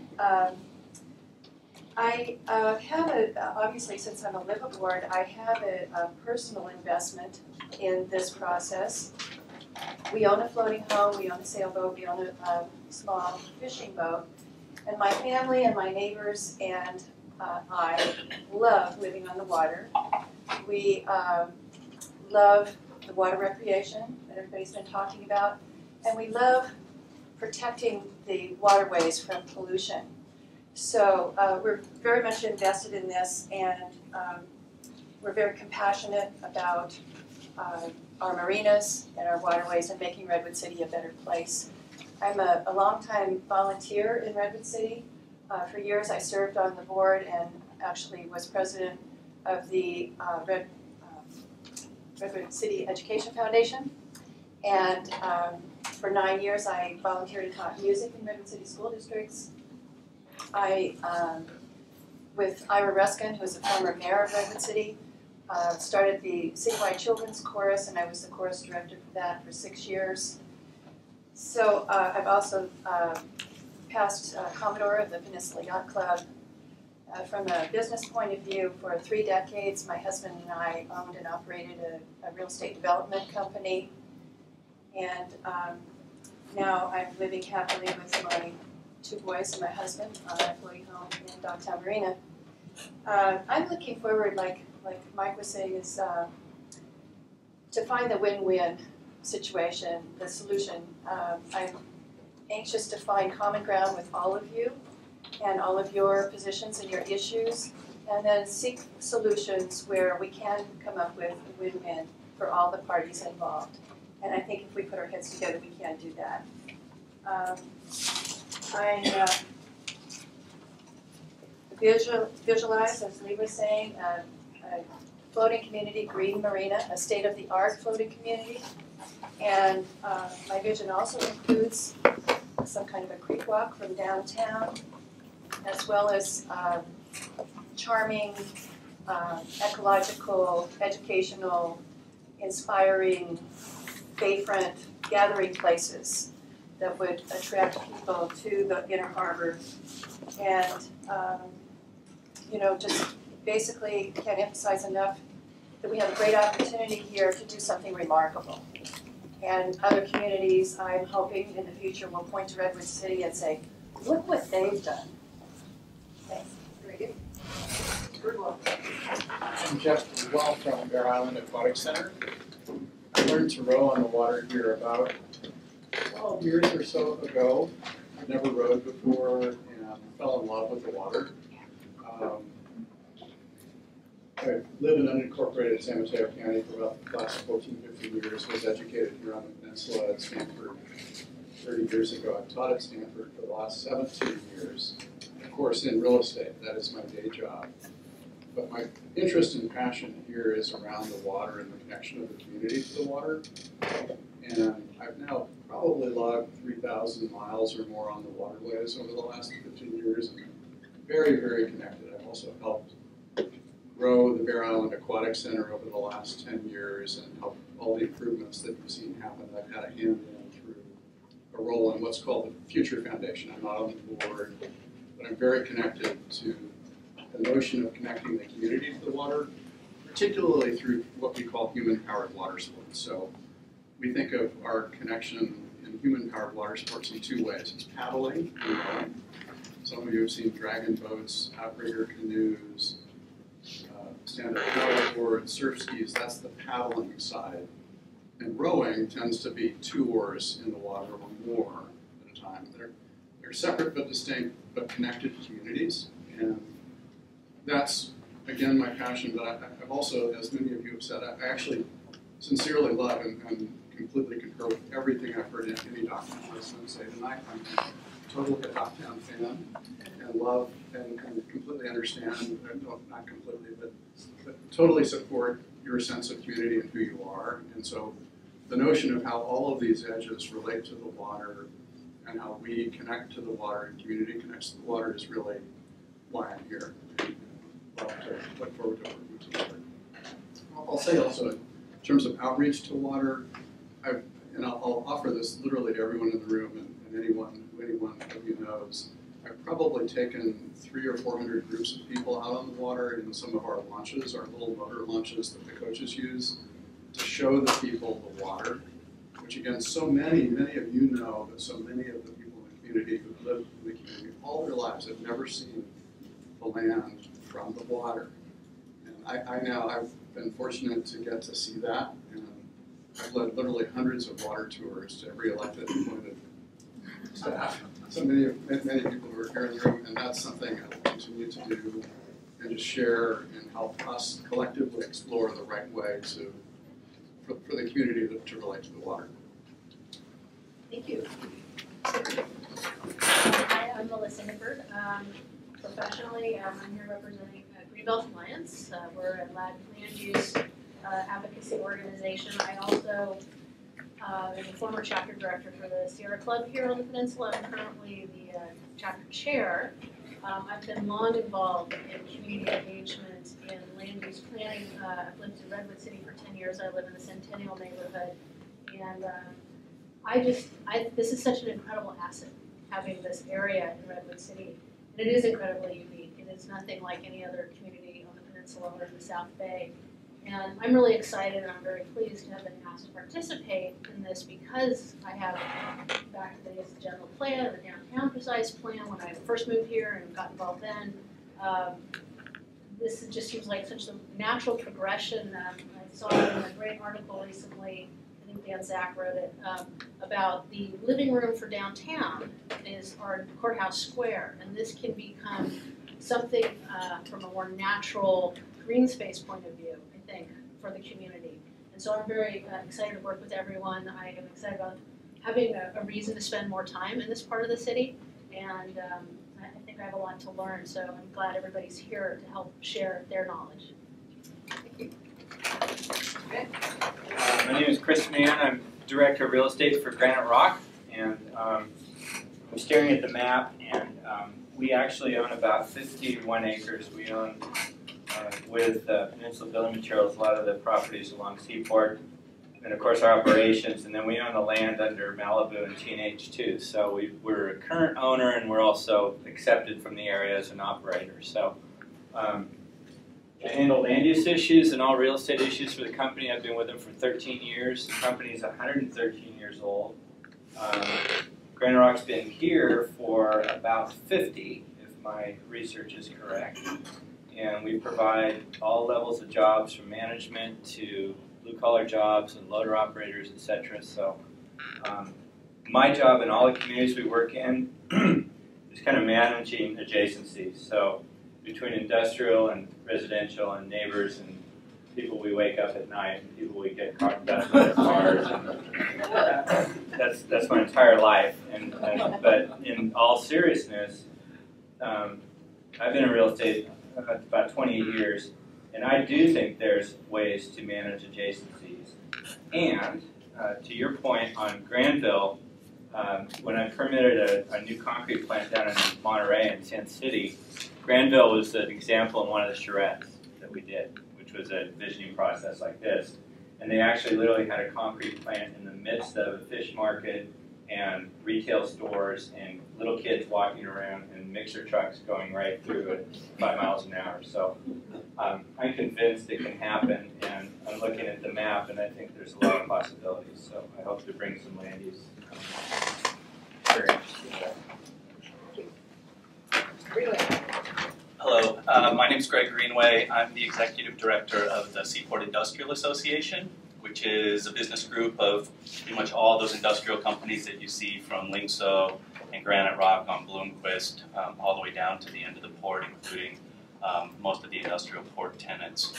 I've been in that role for about 14 years, and so representing that group, I think in a very narrow sense as a stakeholder, I'm here to kind of bring some principles about planning compatibility to the table. You know, how do you, as Chris was saying, plan non-industrial uses adjacent or nearby to working industrial uses. And we have among our members Granite Rock, Lingso, Peninsula Building Materials. Those companies actually abut the planning area right next to it, but more broadly down the channel here, all those companies you see on the waterfront are interested in what's going on here. And that's kind of in a narrow stakeholder sense. I would say in a broader sense, we want to be helpful. I mean, we want to help the community achieve your vision. And as Chris said, we start from the premise that it's absolutely entirely possible. There's no reason you can't have it all. We've known for as long as I've been here that city leaders and community members have wanted to bring the city closer to the water, wanted to make the water part of the community connected to downtown now and so forth. So whatever we can bring to the table to help that happen in a way that preserves industry, which is also very valuable to the city, its unique working waterfront, that's how I see my role. In terms of how, what I can bring as a resource, I would say, we've had a lot of experience thinking about compatibility. Seaport Industrial Association kind of grew up when Pacific Shores was being conceived and developed, so we thought a lot about it. Then bring an infrastructure perspective. Jerry mentioned dredging. We're paying very close attention to the Woodside Road Interchange project, which is now funded to move forward in its environmental review phase upcoming and within the next year. That's kind of the Seaport Industrial perspective. I'll say personally, I have a certain perspective and experience around housing issues. I was a founding board member of the Housing Leadership Council of San Mateo County back around 2000 and was on that board for a decade plus. So I think a lot about affordable housing, for example, and how that fits into communities. And I have a certain interest and experience with community engagement broadly from some projects I've worked on and consulting work I've done. So if I can help work on how to reach out to the community involved in this process, I'd like to help with that too. That will be one of the roles and responsibilities of each task force member to help us with the public outreach, so thank you. Just real quickly, we've got a couple other folks who were not able to make it this evening. Bobby is a at-large community resident. Terry Pemberton, and she also has an alternate from the State Lands Commission because we were dealing with what I would call jurisdictional issues out throughout the Inner Harbor area. We have a representative from the County Manager's Office, Mr. David Holland, And then Mr. Mark Ferrari, he has a relation to Mr. Rich Ferrari, who is here earlier. There you are, Rich, back there, who owns what we're going to be calling the Ferrari property. A fairly interesting piece of property that's part of the planning area. So he is here representing the Ferrari Corporation. What I want to do with the task force this evening, I think a couple of days ago you all got copies of the roles and responsibilities for mission, and it's all pretty straightforward. I didn't want to go through it in any detail. The key thing that I wanted to go through were the roles and responsibilities so that the public could understand what your goal is as part of this. But the first point that I wanted to make is, at this point in time, we are not recommending the task force have a committee chairperson, but I want to make sure that's okay with all of you. What we'd like to do is to go, both Jill and I will be leading the task force, but we will, as we get into the process, probably ask you to select one of you who will present the plan to the Planning Commission and City Council when that time comes. But we wanted to keep this fairly informal and not have a chairperson, but I want to make sure that that's okay with all of the task force members who are here this evening. If you add that, it's okay for Jill and myself to lead the meetings as we go through this in a very hopefully low-key way. I'm getting a lot of head nods, so I take that as an assent. Were there any questions about the mission statement? Have you all read? We didn't tell you to do your homework, but we assumed since we gave it to you, everybody would read this material and understand what the role of the task force is. And this is really to listen to the public, to read all the technical materials that are brought forward to you by the consultant team and by city staff, and to listen hard and to come up with a plan that serves the interests of the community, a specific plan that meets the needs in many different ways. You've listened to the residents. There are going to be economic concerns that we'll listen to. We need to have an understanding of what the jurisdictional issues are, what the different state, BCDC, the State Lands Commission, and all of the other agencies, the types of regulations that may either constrain or encourage certain types of uses within the Inner Harbor area. Were there any questions about your mission, roles and responsibilities? Were there any questions about being able to attend meetings? Yes? Well, actually, I just had one question. It's not about role and responsibility of the task force, but more about managing the interfaces. So the communications to, yes. Well, it's more that, okay, I understand the process that the task force is going to go through, but what I don't understand is then how does staff, planning commission, how does it fit into, I guess my head's wrapped on what the general plan process was then, and never been involved in the task force, how these recommendations make its way finally to the city council. Excellent question. Your job will be to develop and craft land alternatives to be considered, to select, after we've gone through a lot of analysis and listening to the public, a preferred plan for the Inner Harbor, for open space, for infrastructure, for uses, for development, and once that plan is put together, to review that plan. And we are working toward a consensus plan, and we had a little bit of discussion under item 9 in your roles and responsibilities of decision making, and that there are going to be issues where not everybody agrees on. But you'll be able to hear all sides and be able to respect the decision that the majority of the group can come up with because we've reasoned through it. So what we will be looking for is a consensus-specific plan from the task force. You will have reviewed it, and that will be the document that will go forward through the public hearing process. So you all will be very integral into the development of the plan. And once that plan is put together, as I said, they'll have an environmental document, an EIR that will be prepared, and we'll make sure that we talk to you about that as well. And those will be the documents that will be carried forward through the formal public hearing process. You're an advisory committee on steroids. You can describe that to us. If you ever feel uncomfortable about your role, please talk to me or talk to Jill. And that brings up the subject of communications. We'd like all communications to go through Jill. And emails, phone calls, she will get them to me or Lisa or to any other member of the consultant team. But that way, at least we're having a valve that everything goes through. And I don't want to call it a filter, but it just makes it easier for the team if it's going through one person. Okay, now I've got a question, Bill and Jill or Blake, that I haven't thought about is that are there allowed to have any ex parte communications or serial meetings as part of the task force? This is a Brown Act group, so they do need to respect that and go through the details of that. Okay. Sorry, a little bit of Latin there. If I get this right, I have 8 years of training, so I can make it up sometimes. Ex parte communications means if you word of information outside of the task force meetings or anything that we have provided to you, to make sure you disclose that at the meeting. So if somebody has spoken with you, the best thing to do is to let Jill know, hey, I've talked to so-and-so. But when we're in the meetings, if you have had any type of ex parte communications, we would ask you to disclose that at our task force meetings. We'll make sure we'll set aside a time to ask that question. Also, the place for you to talk among yourselves about the proposals before you and the specific plan is in the task force meetings.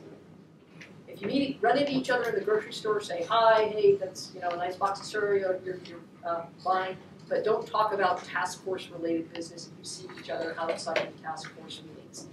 You're more than welcome to listen to folks, but really no discussions.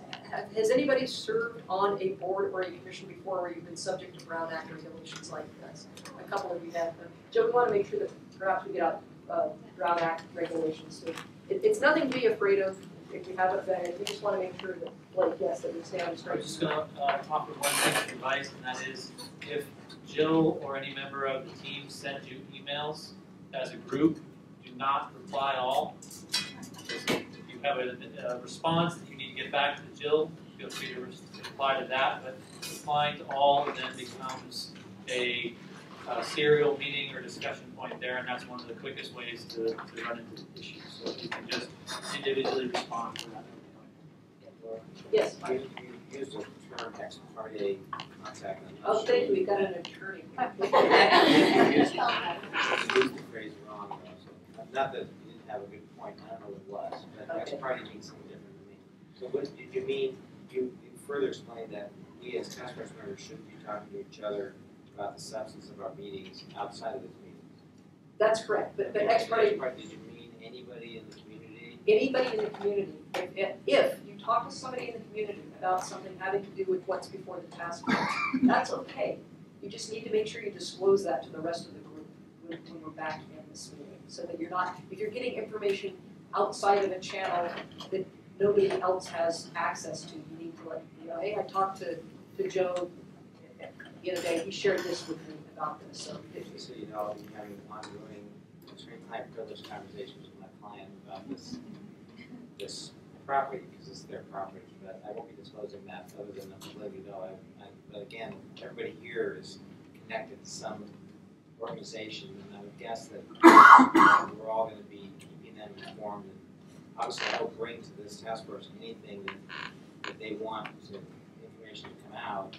And I think every one of us can play a valuable role by having access to those individuals who are stakeholders. But I don't think it's appropriate that we be asked to quote unquote disclose all of our contacts with people that we are connected to and why we're on this task force. I'm hoping that would be agreed by the city attorney and the city. In other words, I don't think that's something to do with Brown Act.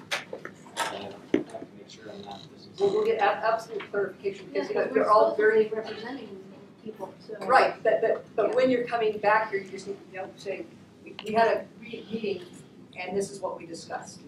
So attorney-client. We can get clear. We'll get clear. We'll get clear. We'll get that out to you very soon because that'll be something that I don't want you to lose sleep over. I don't need to go into details about what you discussed because that can be stated earlier. Can be attorney-client privilege or can be, but just identifying that you've had those meetings that, or you've gone out to somebody's home, or you've done this, or you've done that, and that's really what we focus on. But we can get an interpretation. Yeah, we'll get. So we're again nothing to be afraid of. Yeah.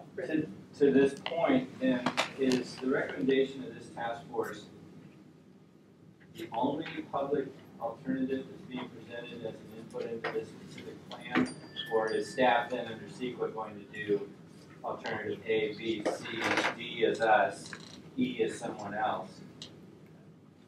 That's a good question. For those of you who are not familiar with the environmental review process, the environmental document is required to look at alternatives to the project. In this case, the specific plan that as a group you come up with is going to be called the project. But the EIR will also look at alternatives, and some of those may be things that you talked about to get toward the project. So there will be, in the environmental document, alternatives looked at, indeed. But to the point of once you get toward the project that you want to move forward with, we're going to have several alternatives that we're going to talk about internally, because we need to look at a lot of options before we come up with something that everybody's reasonably comfortable moving forward with to recommend to the Planning Commission. Does that answer your question? Yeah. Greg, do you have a question? Yeah. And first, is it okay if I call folks by your first name? We're all friends with Mr. Greenway.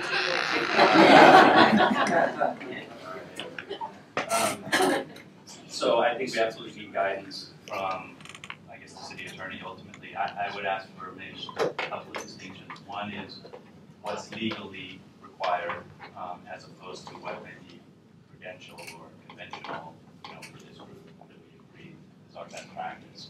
That's an important one. And the other is, and I don't know if it's meaningful or not, but you mentioned if we get information versus if we give information, because the latter, giving information, seems to be a really big part of our responsibility as a task force. And I mean, I heard the grumbling around the table that I'm not sure it's practical.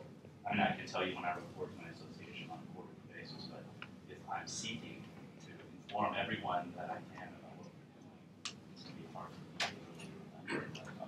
Yeah, to the best, I guarantee you, that's going to be The better job we do, the harder it's going to be 2 months later. right, because you are representing organizations. We're asking you to go out and bring information back in, but we just need to make sure we know where the information is. However, when we get the guidance. Yeah, I'm sorry if there's any confusion about it. Yes. You started to talk or touch on attendance, and I understand you have alternates. Would you explain that a little bit? Yes, we would ask that each of you select an alternate within your organization if for some reason you cannot attend a meeting.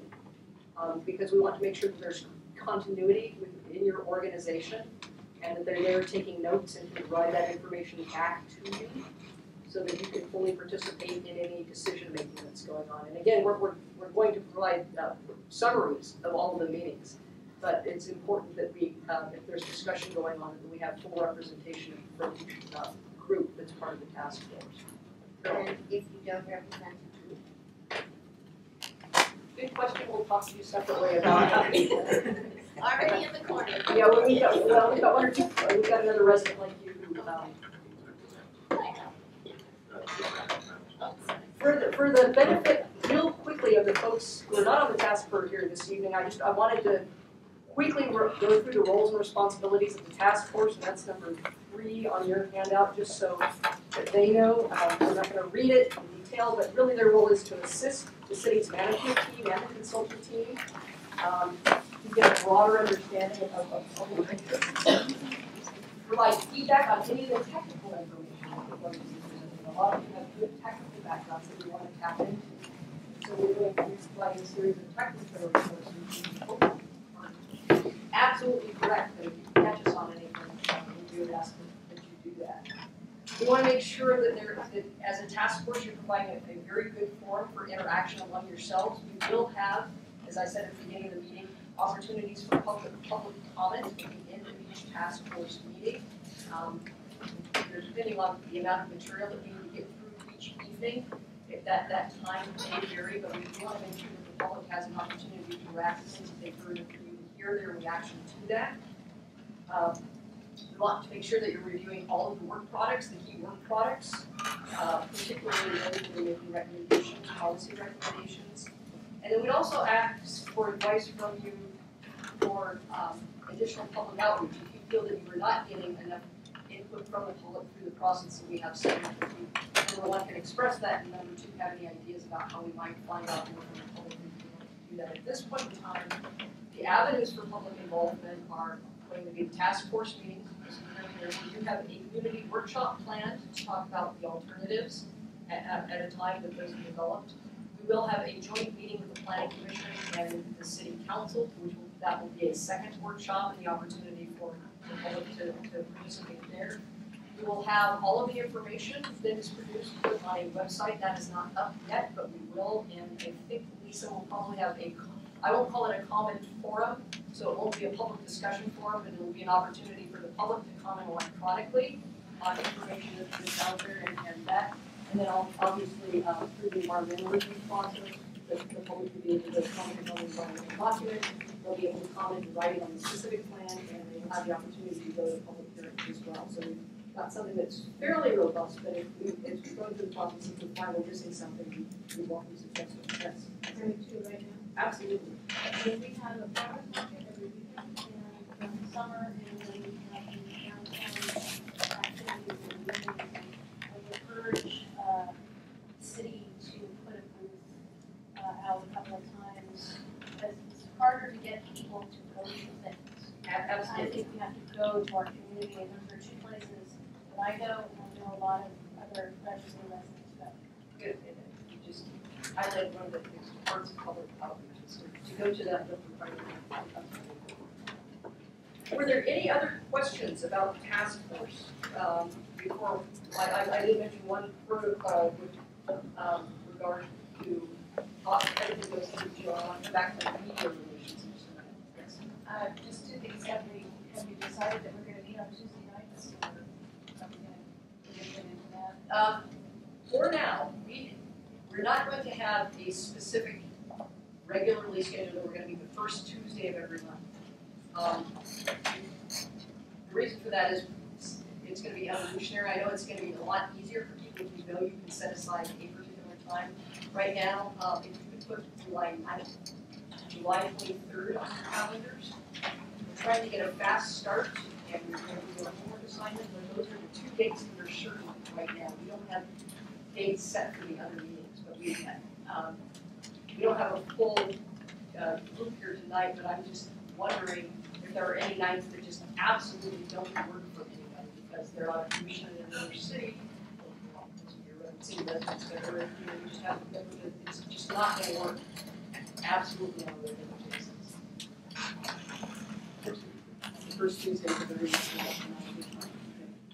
Yeah. Third and fourth.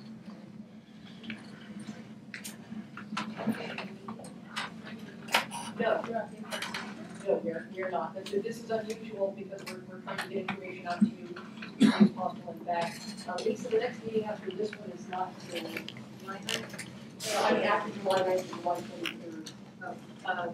Not until late, much later summer.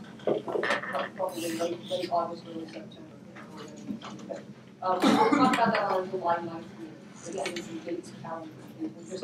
We're getting started really fast out of the gate and back on the chance to get all of these dates set. Yeah. Yes. Are there any quorum requirements? I probably do.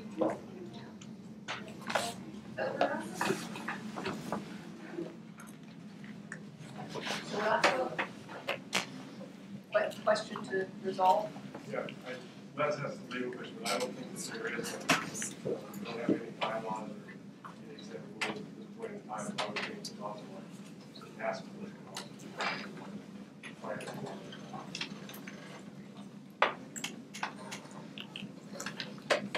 All right. This is the suggestion for the suggestion box on the quorum issue. Since we have three, and there are different numbers given the stakeholder group, it feels like there ought to be a meeting that has at least somebody from one of those stakeholder groups, even though I recognize that they're all connected in different ways. Yeah. Well, it would seem wrong, for example, not to have the environmental perspective represented. That's why we are emphasizing the importance of the alternates. To select an alternate, to let Jill know who your alternate is going to be, and such that Carol will talk to you separately about how to go about doing that. And, I mean, probably for your sake too. We have an alternate. You have an alternate. I'll let Joe. Before I turn it over to the professor for the ASU presentation and to show you some really bold thinking, I wanted to tell the task force that you do have a homework assignment. And it's a homework assignment that you can prepare for July 9th or July 23rd. But if you want to shoot for July 9th, I know that's kind of close, but we want to get some ideas from you on great waterfront places. Where have you been that say, you know, that was fun. I really enjoyed that. Parts of that could fit in Redwood City. And if you'd like to take pictures or put together a PowerPoint presentation, that'd be great. If you just want to talk about it, that would be fine also. Talk to Jill or send Jill an email as to whether or not you think you can get something pulled together for July 9th. At least am I speaking out of turn here if some go on the 9th and some go on the 23rd? We'd rather they all be on the 9th, but and Rick has Rick and Matthew, part of our consultant team, have part of that as well. They're going to share some ideas with you, some of the places that the public has brought up tonight. But we'd like you to tell us what you think are great waterfront places that have some applicability to Redwood City. And again, if you have questions about this assignment, we can get some more information out about it. We'd like everybody to put together probably no more than a 5-minute presentation. If you're comfortable doing that. If you want to hand it over to one of us and say, this is a great place, we can help you work on it. That's the assignment. Any questions from the task force before I turn it over? Actually, I'm going to offer this up. We had set aside 3 hours for task force meetings. I've done a lot of public meetings in my career here.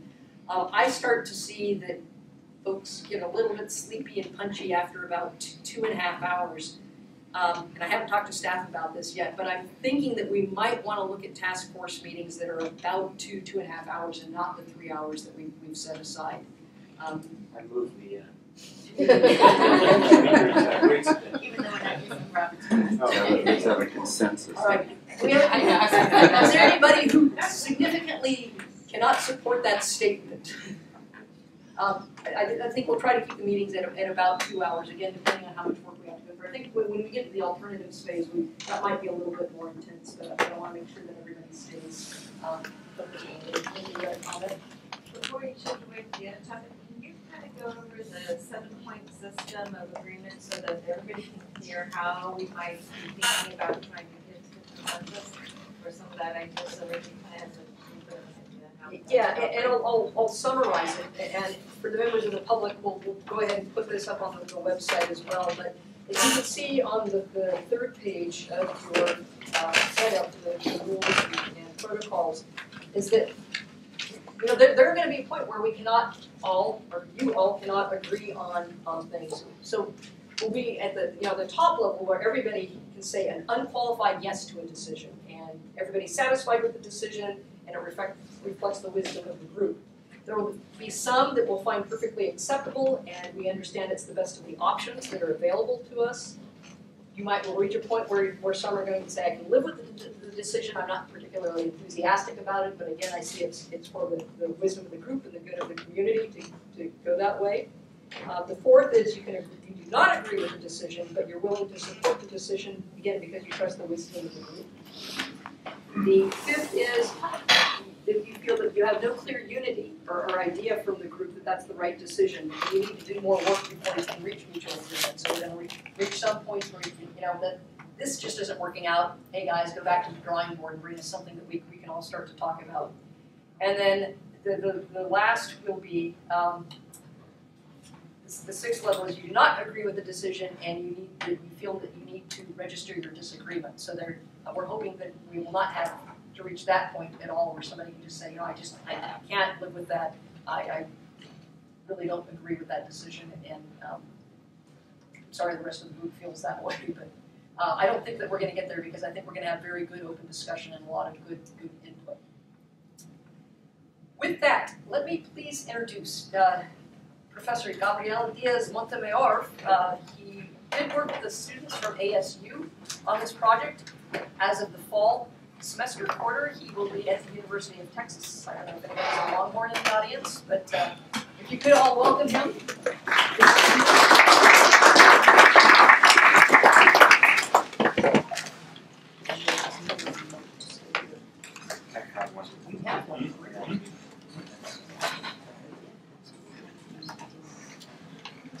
Will all these be posted? So we can- Yeah, well, I have to ask, is this, can we post this on the website? I think it's up to the city. Yep, that's great. Can everybody see the screen if I leave the lights on up here? Is that clear? Sure, some, but not all. Is that working a little better? This is Oh, sorry. That's actually better than. Is that better? Actually, I don't. That's good. That's perfect. Well, thank you very much for the opportunity to be here and present the work done by my students in the fall semester of 2012. This is last year. I also want to thank the city of Redwood City for the opportunity to collaborate in this project.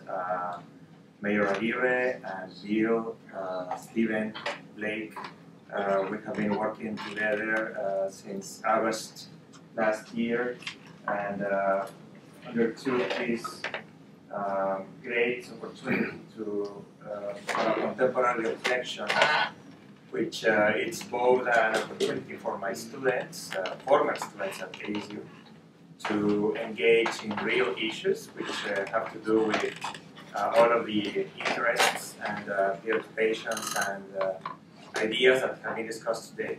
But at the same time, use that as a learning experience and an opportunity for, I would say, almost any academic program to engage actively with the community, to help with ideas and with the information that should be more available to everyone.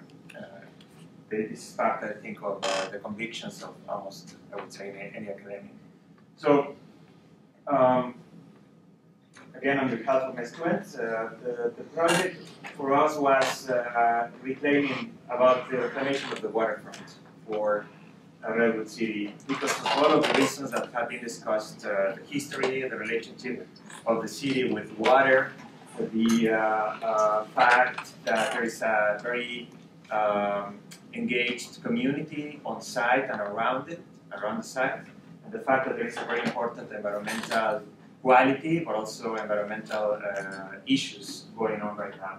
We started with 5 studio objectives. The first one was to relink, more than linking, but relinking inner harbor to downtown, improving the overall connectivity to and through the site, to determine appropriate land uses, to provide public access to the waterfront, and to establish a vision to share with developers.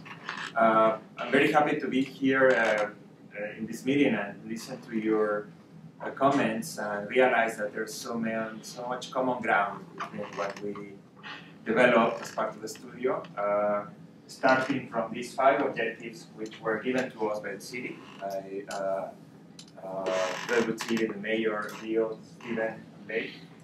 But also, we were very interested in finding a way to synthesize these objectives into an idea which could incorporate a specific local condition, but also a larger scale global condition.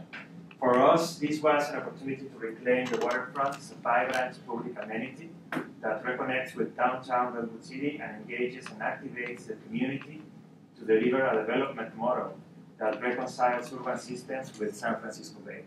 So, how can we think about the problem, both looking at very specific issues, right, which have to do with the city, the history of the city, the community, but at the same time address larger environmental issues which have to do with the whole metropolitan area, San Francisco Bay, and eventually even the opportunity to explore development models, which is what you have right now, in my point of view, as your task.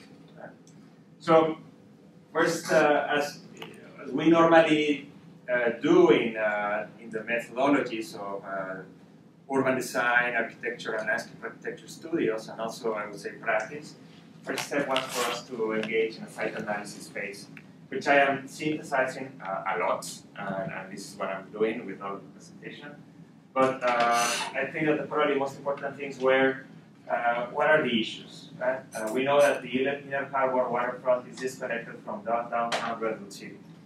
We know that the study area is deteriorated, and there's some level of blight, as it was commented. It's also semi-abandoned, there's vacant land. There's also the issue, which is very important, of flooding, sea level rise, flooding. But at the same time, there's an intersection with a growing awareness and interest regarding the environmental qualities of the site, but also water as recreation, as it has already been commented here today. Recent development going on right now, and the intention to develop the site. Public property on the waterfront, and a wealth of environmental resources and landscape qualities. All together make up for a great studio problem, which is the reason why I became so interested on the project after getting to know about it through Mayor and Gary. So I'm going to start now with the strategy developed by the students. We thought about a three-phase project. These phases are not, at this moment, with the level of development that we achieved in these 4 months that we're working in the project. They are not strictly related to time lapse, like 3 years, 5 years, etc. But it's more about what should happen first and what can happen after the first thing happens. So it was very clear for us, and in our discussions with the city as well, that and actually it's going on right now, that all the way through all of the phases involved in all of these efforts for the Inner Harbor, there has to be an ecological approach to it. There has to be a permanent effort of restoration, protection. It has to do with more specific and detailed analysis of the assets, landscape assets and environmental assets of not just the immediate adjacency to the site, but also eventually the larger Bay area. And also, eventually, when we are looking at this wealth of resources, we also had to realize that there were limitations for what we could do as a studio project, right? I'm very happy to learn that, as it should happen in this kind of projects, that there is a need and a very clear certainty that there needs to be an environmental study going on as part of the specific plan for the Inner Harbor. So, part of phase 1, it's not just about the ecological restoration, which has to do with that larger scale of the bay, but more specifically, looking at our site, for our group, it was very important to think about ways to have the site engage with the larger community. We know that there is a resource there. The city knows about it, you know about it, but not everybody knows about it. There has been this discussion about how Redwood City can be a destination or not, how there is a lack of recreational amenities, etc. So, in our minds, the first phase could be done in a very resourceful and economic way, which doesn't really require an important investment on infrastructure, but more on an investment on the public activation of the site.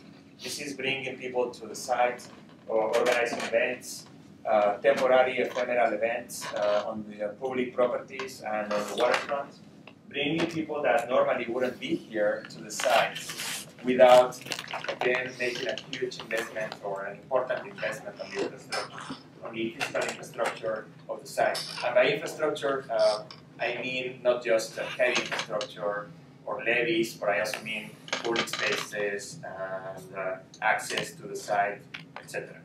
So I'm going to go really rapidly here in this plan. It's not really modified, but just to give you a location of the ideas, we should think of supporting local businesses here.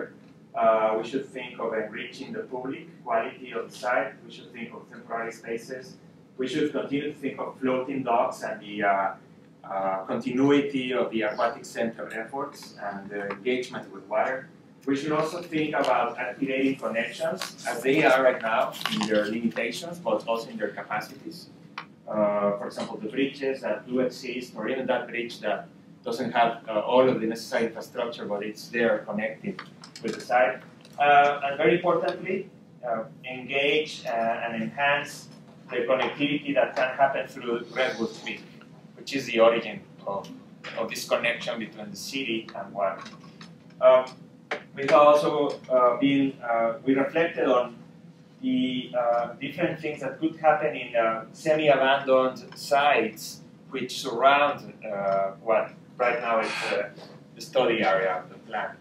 For example, looking at what happens along Redwood Creek and the Mervin's building for the mall, and then also looking at the Kmart, the parking lots, how could there be some programming of these areas to make things happen. So very rapidly, accessible infrastructure, for example, lighting, light installations along the creek, things that could be installed so that people can go to, feel attracted to the creek and eventually look at it for the first time, establishing creek identity. Also looking at the opportunities to expand this capacity to get people to the place, think about the lighting installations under the bridges which connect to the site and through Redwood Creek. Also the possibility of farmers market or flex market spaces which support local businesses can come in fairly easily and come out as well, so that there is a growing awareness on the site.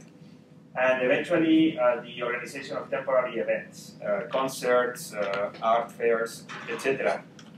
in these grounds, so people get to know the wealth going on right now in the Inner Harbor. The second phase of our plan was, well, if we manage, if the city manages, if the community manages to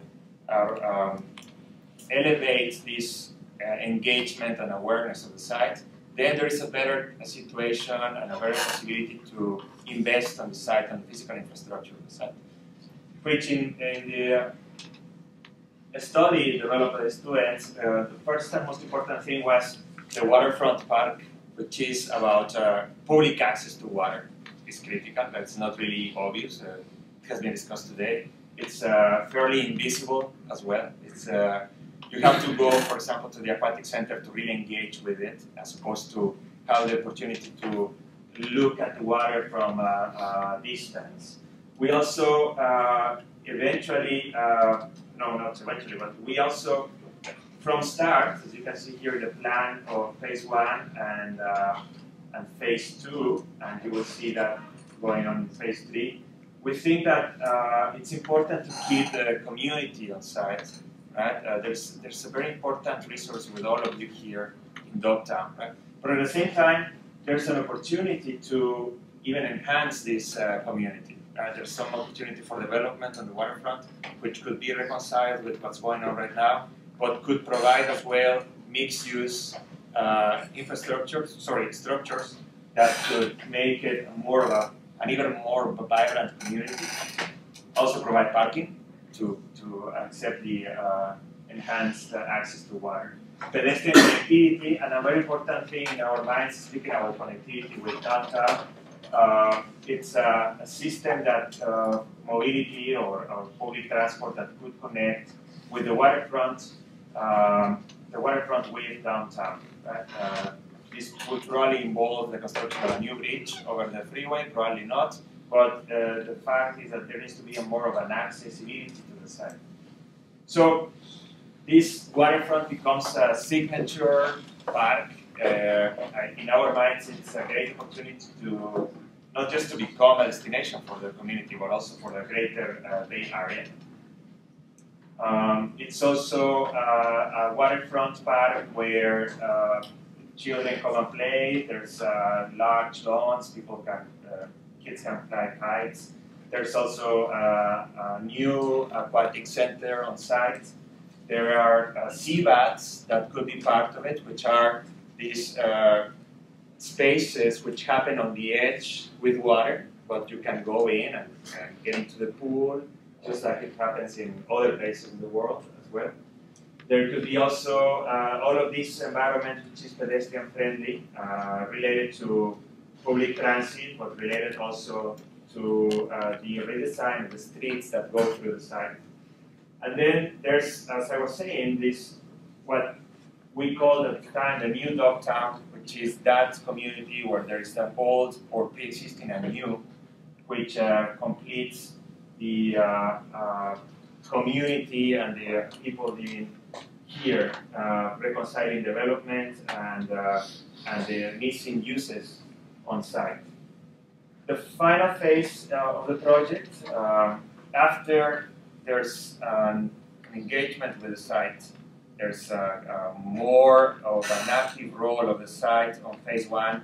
It becomes physical infrastructure, a park, it's developed, and then eventually in phase three it grows outward. There should be an effect on what happens on this specific investment, which has an impact in the immediate adjacencies of the site. So in the project we were looking at, for example, the redevelopment of Walnut Street. If there's a new connectivity with the site and the phase three, there's an opportunity for development along Walnut Street. There's also an opportunity to activate Mervyn's and activate a relationship with their creek, which is right now on the back of the building. There's also an opportunity for even probably more complex amenities, such as recovering the beach. Right? There might be the opportunity to engineer a beach on site or close to the site, even opportunities for environmental research. Right? It was somehow commented just previously. And then eventually, as well, think of the site as a laboratory for environmental innovation, right? Which involves energy, which involves cleaning water, which has to do with this edge situation in which we are all faced with, and we are in a water. So, Walnut Street development is mixed use. It happens along a transit corridor connecting with the waterfront park. Activating Mervyn's, it's the phase where the Redwood Creek Trail and the linear park happening along it. It's consolidated by the renovation of Mervyn's structure, facing the creek and including mixed uses and enhancing the corridor, which right now it's partly or pretty much not really activated. It's also a phase where there is energy innovation, which is looking at the opportunities found on the water edge, but also opportunities found in the air. And also, it's a phase when there's an environmental research activity going on, which might be one of the likely outputs of having this enhanced relationship with water. Right? There's even more awareness and more activity having to do with not just the Redwood City site, but eventually all of the Bay Area. And then, as I was commenting, finally, the Redwood City Beach could be an amenity which could complete the cycle. And one thing is to engage with water and look at it, but you are still outside of the water. For our students, the moment when you could actually get into the water, right, in a safe manner, that's a moment when that cycle is fulfilled. Right? So the engineering of this and the process that would be required for this to happen would eventually take a longer term, more time, but it should certainly be part of the objectives of what we can think of this site in relationship to a larger scale of the bay. So, 3 phases, building one over the other one. I think it's in general part of the methodology of this kind of studies, but at the same time, I'm very pleased, I think, to find some resonance with the ideas of the students and with what you're presenting, but also overall the the chance to depart from this as one of the references for your study is certainly something that my students and myself want to thank you for the opportunity. So, thank you.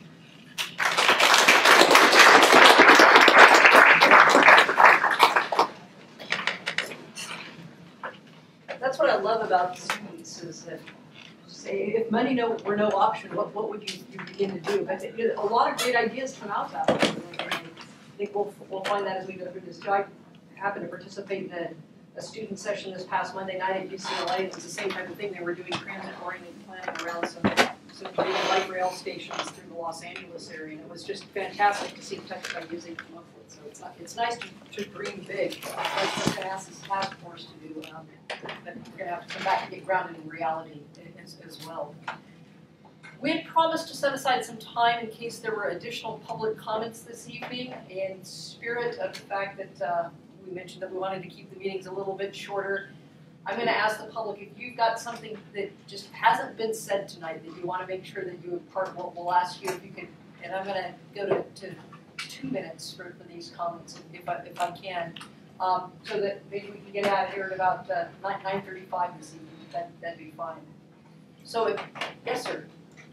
My name is Joe Ryan. I'm a general contractor, painting contractor. I live in Talktown and love it down there. One thing that was not mentioned is sewer. We would all love to see whatever the ultimate marina setup is, have a sewer. I'll take it's a guess that 90% of marinas in the state, that is a guess, but dump their gray water overboard. And we don't like doing that, but with a small pump out boat, that's our only option currently. I know the city has spoken about it in their new lease agreement, but we would love to see in the final plan sewer connections. Fairly easy to engineer and work out. Good. Thank you. Yes, ma'am. I'd just like to offer to the city people, or I think there's a plan for the committee to tour downtown, but if any of the city people or anybody wants to take a little tour on the creek and see the area we're talking about from the water, you had mentioned that, but we've got boats at Docktown and we'd love to take you. We might have to have a mobile task force. There you go. And on a similar note also, if the council or the city people would like to take an aerial tour of the area to see it and what it looks like from the air, that's an option as well. I can give my number or feel free to contact me. And I'd also just like to thank everybody for the opportunity for the public input in developing what's going to be an incredibly awesome area that I think we're all going to really enjoy it. I really appreciate being able to come forward and present ideas along with everybody else. I'm sure thank you guys for taking the time to listen to us. Yes, sir. Back. Hi, I forgot to mention it when we did comments earlier. I'm on a marketing and outreach committee for Pillar Point Harbor through the San Mateo County Harbor District. And I'm also on the Citizens Advisory Committee for shoreline erosion at Pillar Point Harbor. So one thing I want to bring up is that the beach looks interesting. There's a lot of interesting things going on, but one of the things Pillar Point is dealing with right now is they have a beach called Surfers Beach that's basically eroding away. And why? It's because they put in one breakwater to shelter the harbor, which is now silting in, and the beach on the other side of the breakwater is eroding away. So I would just strongly advise that whether it's through the Greenbelt Alliance or if you have a contact at USGS, that you make sure to involve the scientists in these development processes as they go forward, because otherwise it's not going to be sustainable. The breakwater at Pillar Point was put out, I don't have my numbers exactly right, but about 50, 60 years ago, so it's not that old. And we have photos from 1937 showing no breakwater and a beach there, and it's the whole area is changing and Highway 1's under threat. So I just want to bring that up. And one thing I do as well, some of my friends and I, we help organize food truck events, and when you're talking about events near the creek, there's a great organization called the Mobile Gourmet. They do the food truck events at Peninsula. Mobile Gourmet. They do the food truck events over in San Carlos at the Hiller Aviation Museum. if you want to bring people, especially younger people, down to the waterfront, having that there is a good way to do it. My name is Allison Mann. I'm a new entry to downtown. This is very exciting. I just want to, I don't know if this has been discussed earlier, I came in halfway through. I just want to state that I just want to make the plug for, buildings go up next to each other in Palo Alto and New York City, right next to each other every day. So I just want to make the case early that I don't think people need to be relocated during actual development and construction. I'd like to see no displacement during the process. So that's just a point that I'm, interested and concerned about. I don't think it's possible. The second thing I'm wondering, can you say what the alternative is to sharing Pemberton for a statement commission? Right now it's Grace Cotto. Well, that's Grace Cotto is the one that we have currently. That may change. And nobody else raised that comment earlier this evening, so thank you for that. Yes, sir. Yeah, I love all the work that Professor loved all the work that your students did. But one of the things in the plan that really concerned me and scared me was that there's a very high amount of birds that live in this entire Inner Harbor area, and any idea of putting up any kind of wind turbine systems to produce energy would be devastating to the bird community in that entire Inner Harbor area. So I want you to please consider that when you think about this plan. Think really hard and long about putting any kind of air turbine electricity generating systems there. I just wanted to point that out. A lot of new thoughts are coming up as part of this. Hold on, let me go back to there. Yes, ma'am. I was going to say, I guess to touch upon sort of his case, like it seems nowadays engineering processes are kind of working more with Mother Nature as opposed to levees and filling, 8 feet of dirt, because eventually it'll come upon us again for future generations, 50 to 100 years and beyond. So I think ways of, more like forward-thinking ways of engineering, working with Mother Nature would be a prudent way to look forward on these all the potential developments that we're all brainstorming at the moment. And then also, in a sense, with the other development where you have, for instance, like Peninsula Yacht Club happens to be kind of one of the last vestiges of where steamboats used to come in during logging to get their water resources for steam-powered energy. And so to have something like that preserved, I think would be an asset to Redwood City and a go-to ultimately for residents as well as tourism. And I think you see those kinds of things with progression of time and development in places such as New York City, where you have a church and right above it, even you can have still a modern building, resting atop. So something to put in consideration with conjunction of the two different types of buildings and their values, though they may differ. Yes, James, your 15 seconds. Okay, you guys. You got stop off. Let's go. 2 items. First of all, quick story. I went across the street, bringing my equipment, taking some pictures of the floating homes. Okay, and I met somebody, and it was the person, one of the people that bought a condo right across the way. And I said, "Well, what do you think about Dogtown?" And she said, "Well, that's the reason we bought our condo." So she said her husband came from Sausalito. And she said, this is exactly what we were looking for. So sometimes people think that you have a floating community, it's a little strange, it's a little bit odd, but for many people it's an attractor. And that's an important point. And the second thing is I want all of you to look around, because we have we're going to go through a lot of data and information and things like that.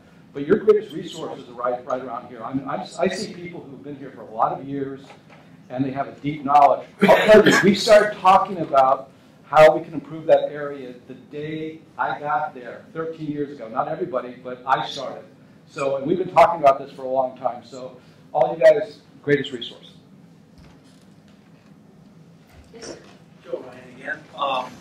To touch on what Francesca said, that building is a heck of a historical treasure. And it did water up steamships, and there used to be a turnaround in the center of Redwood City.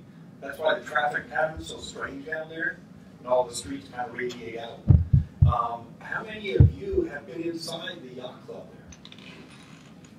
there? one, two. Okay, a lot of you haven't, but. Yeah, I'm not sure what year. We've tried to do historical research, what year riveting construction went out. Like 1870, I think they stopped using rivets. So that building's pre-1870, and it is, in my opinion, I was the building manager there. We did a lot of fixing up on it at our own cost, by the way.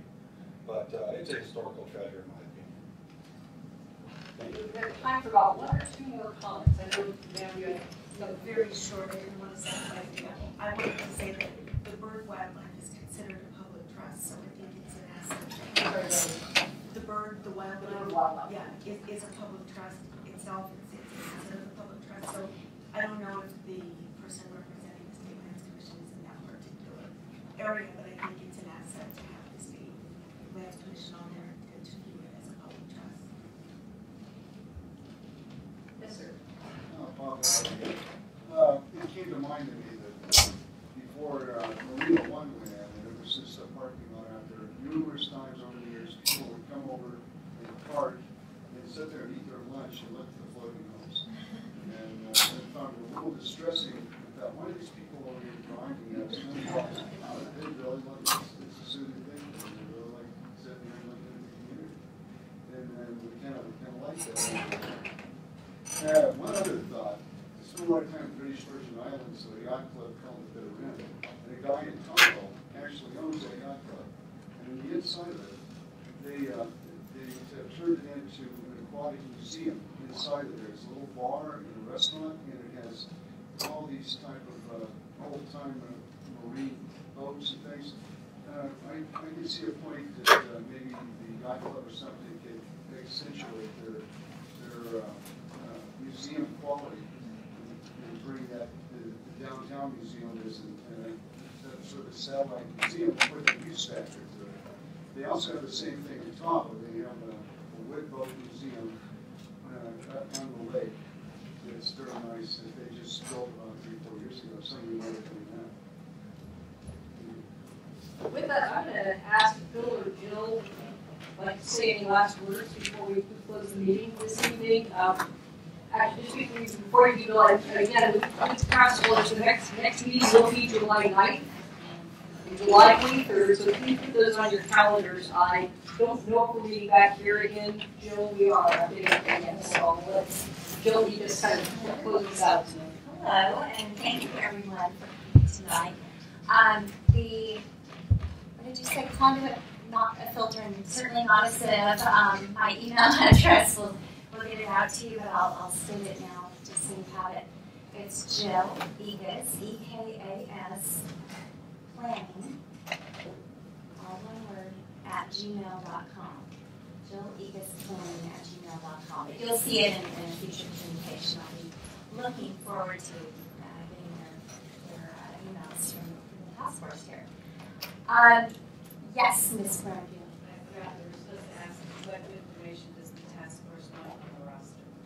Yes, that is. There are a few nitty-gritty details. Yeah. In assembling the web page, we want to be sensitive about your personal information.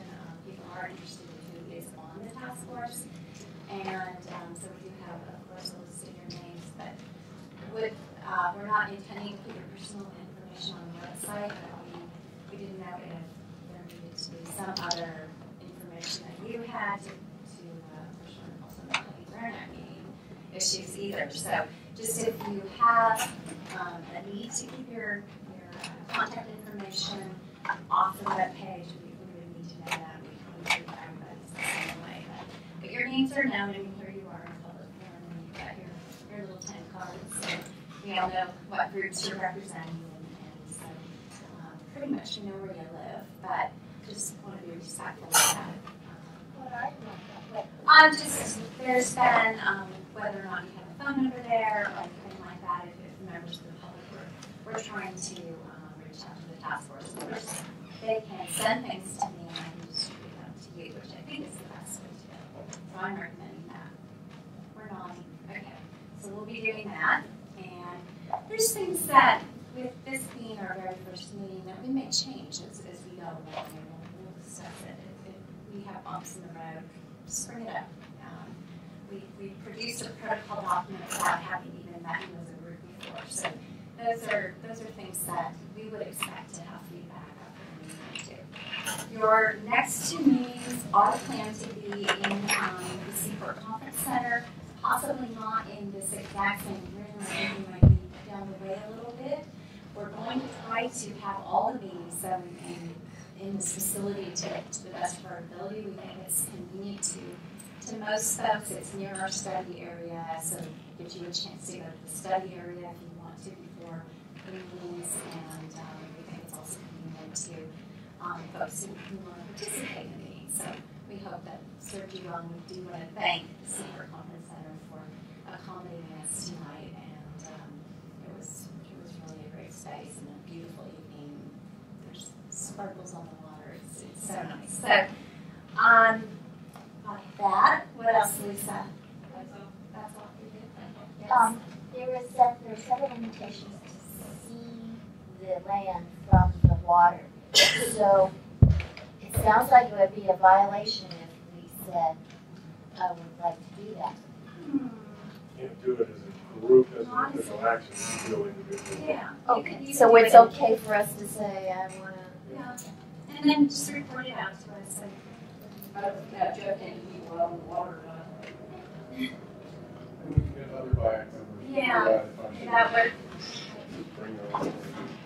I'm telling you that the Ecos Family Committee is fabulous, and I wrote up that group with my husband all the way up to about under veterans, and we had to talk really fast because the time started to go out. But anyway, the comment that came up over and over again about getting that water view, having had it many times. Jeff has given me a tour with other staff people when I used to work in the city.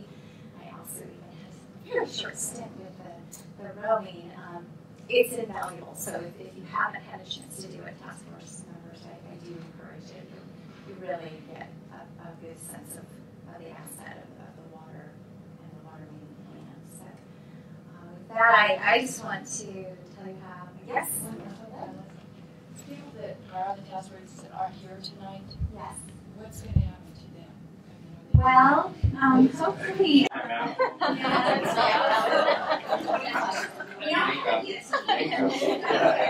Saturday morning. We will get them updated. We'll follow up with They have to swim from one end to the other. Is that it? We will get them up to date. They'll get their binders and you can I think it would be a good demonstration. Your binders are empty tonight. All you have is a notepad. So over the course of this process, we'll be giving you materials that you can hopefully assemble in your binder. If you're a copious note taker like I am, then hopefully you'll enjoy having the notepad and everything all handy together. But we'll get them up to date.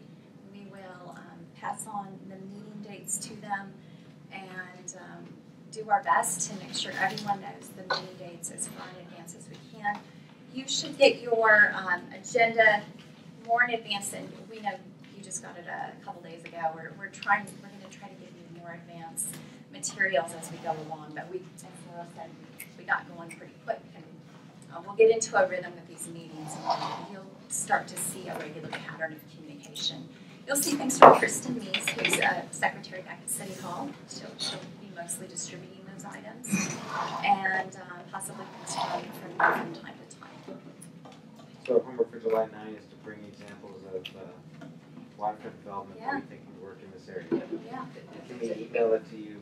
You can, absolutely. And our job before that next meeting is to get more information back out to you, clarification on communications. If we can hold those questions for just a second. Any further questions from the task force?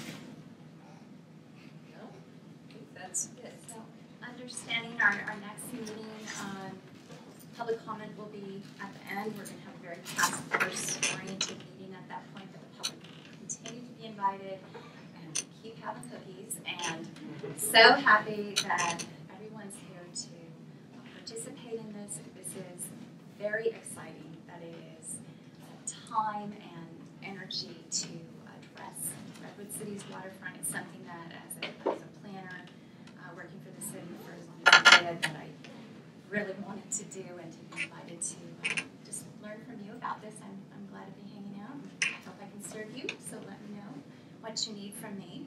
And I think that's it. Thank you all very much this evening, and stick around for a little bit afterwards. But thank you very much. We'll see you in about 3 weeks.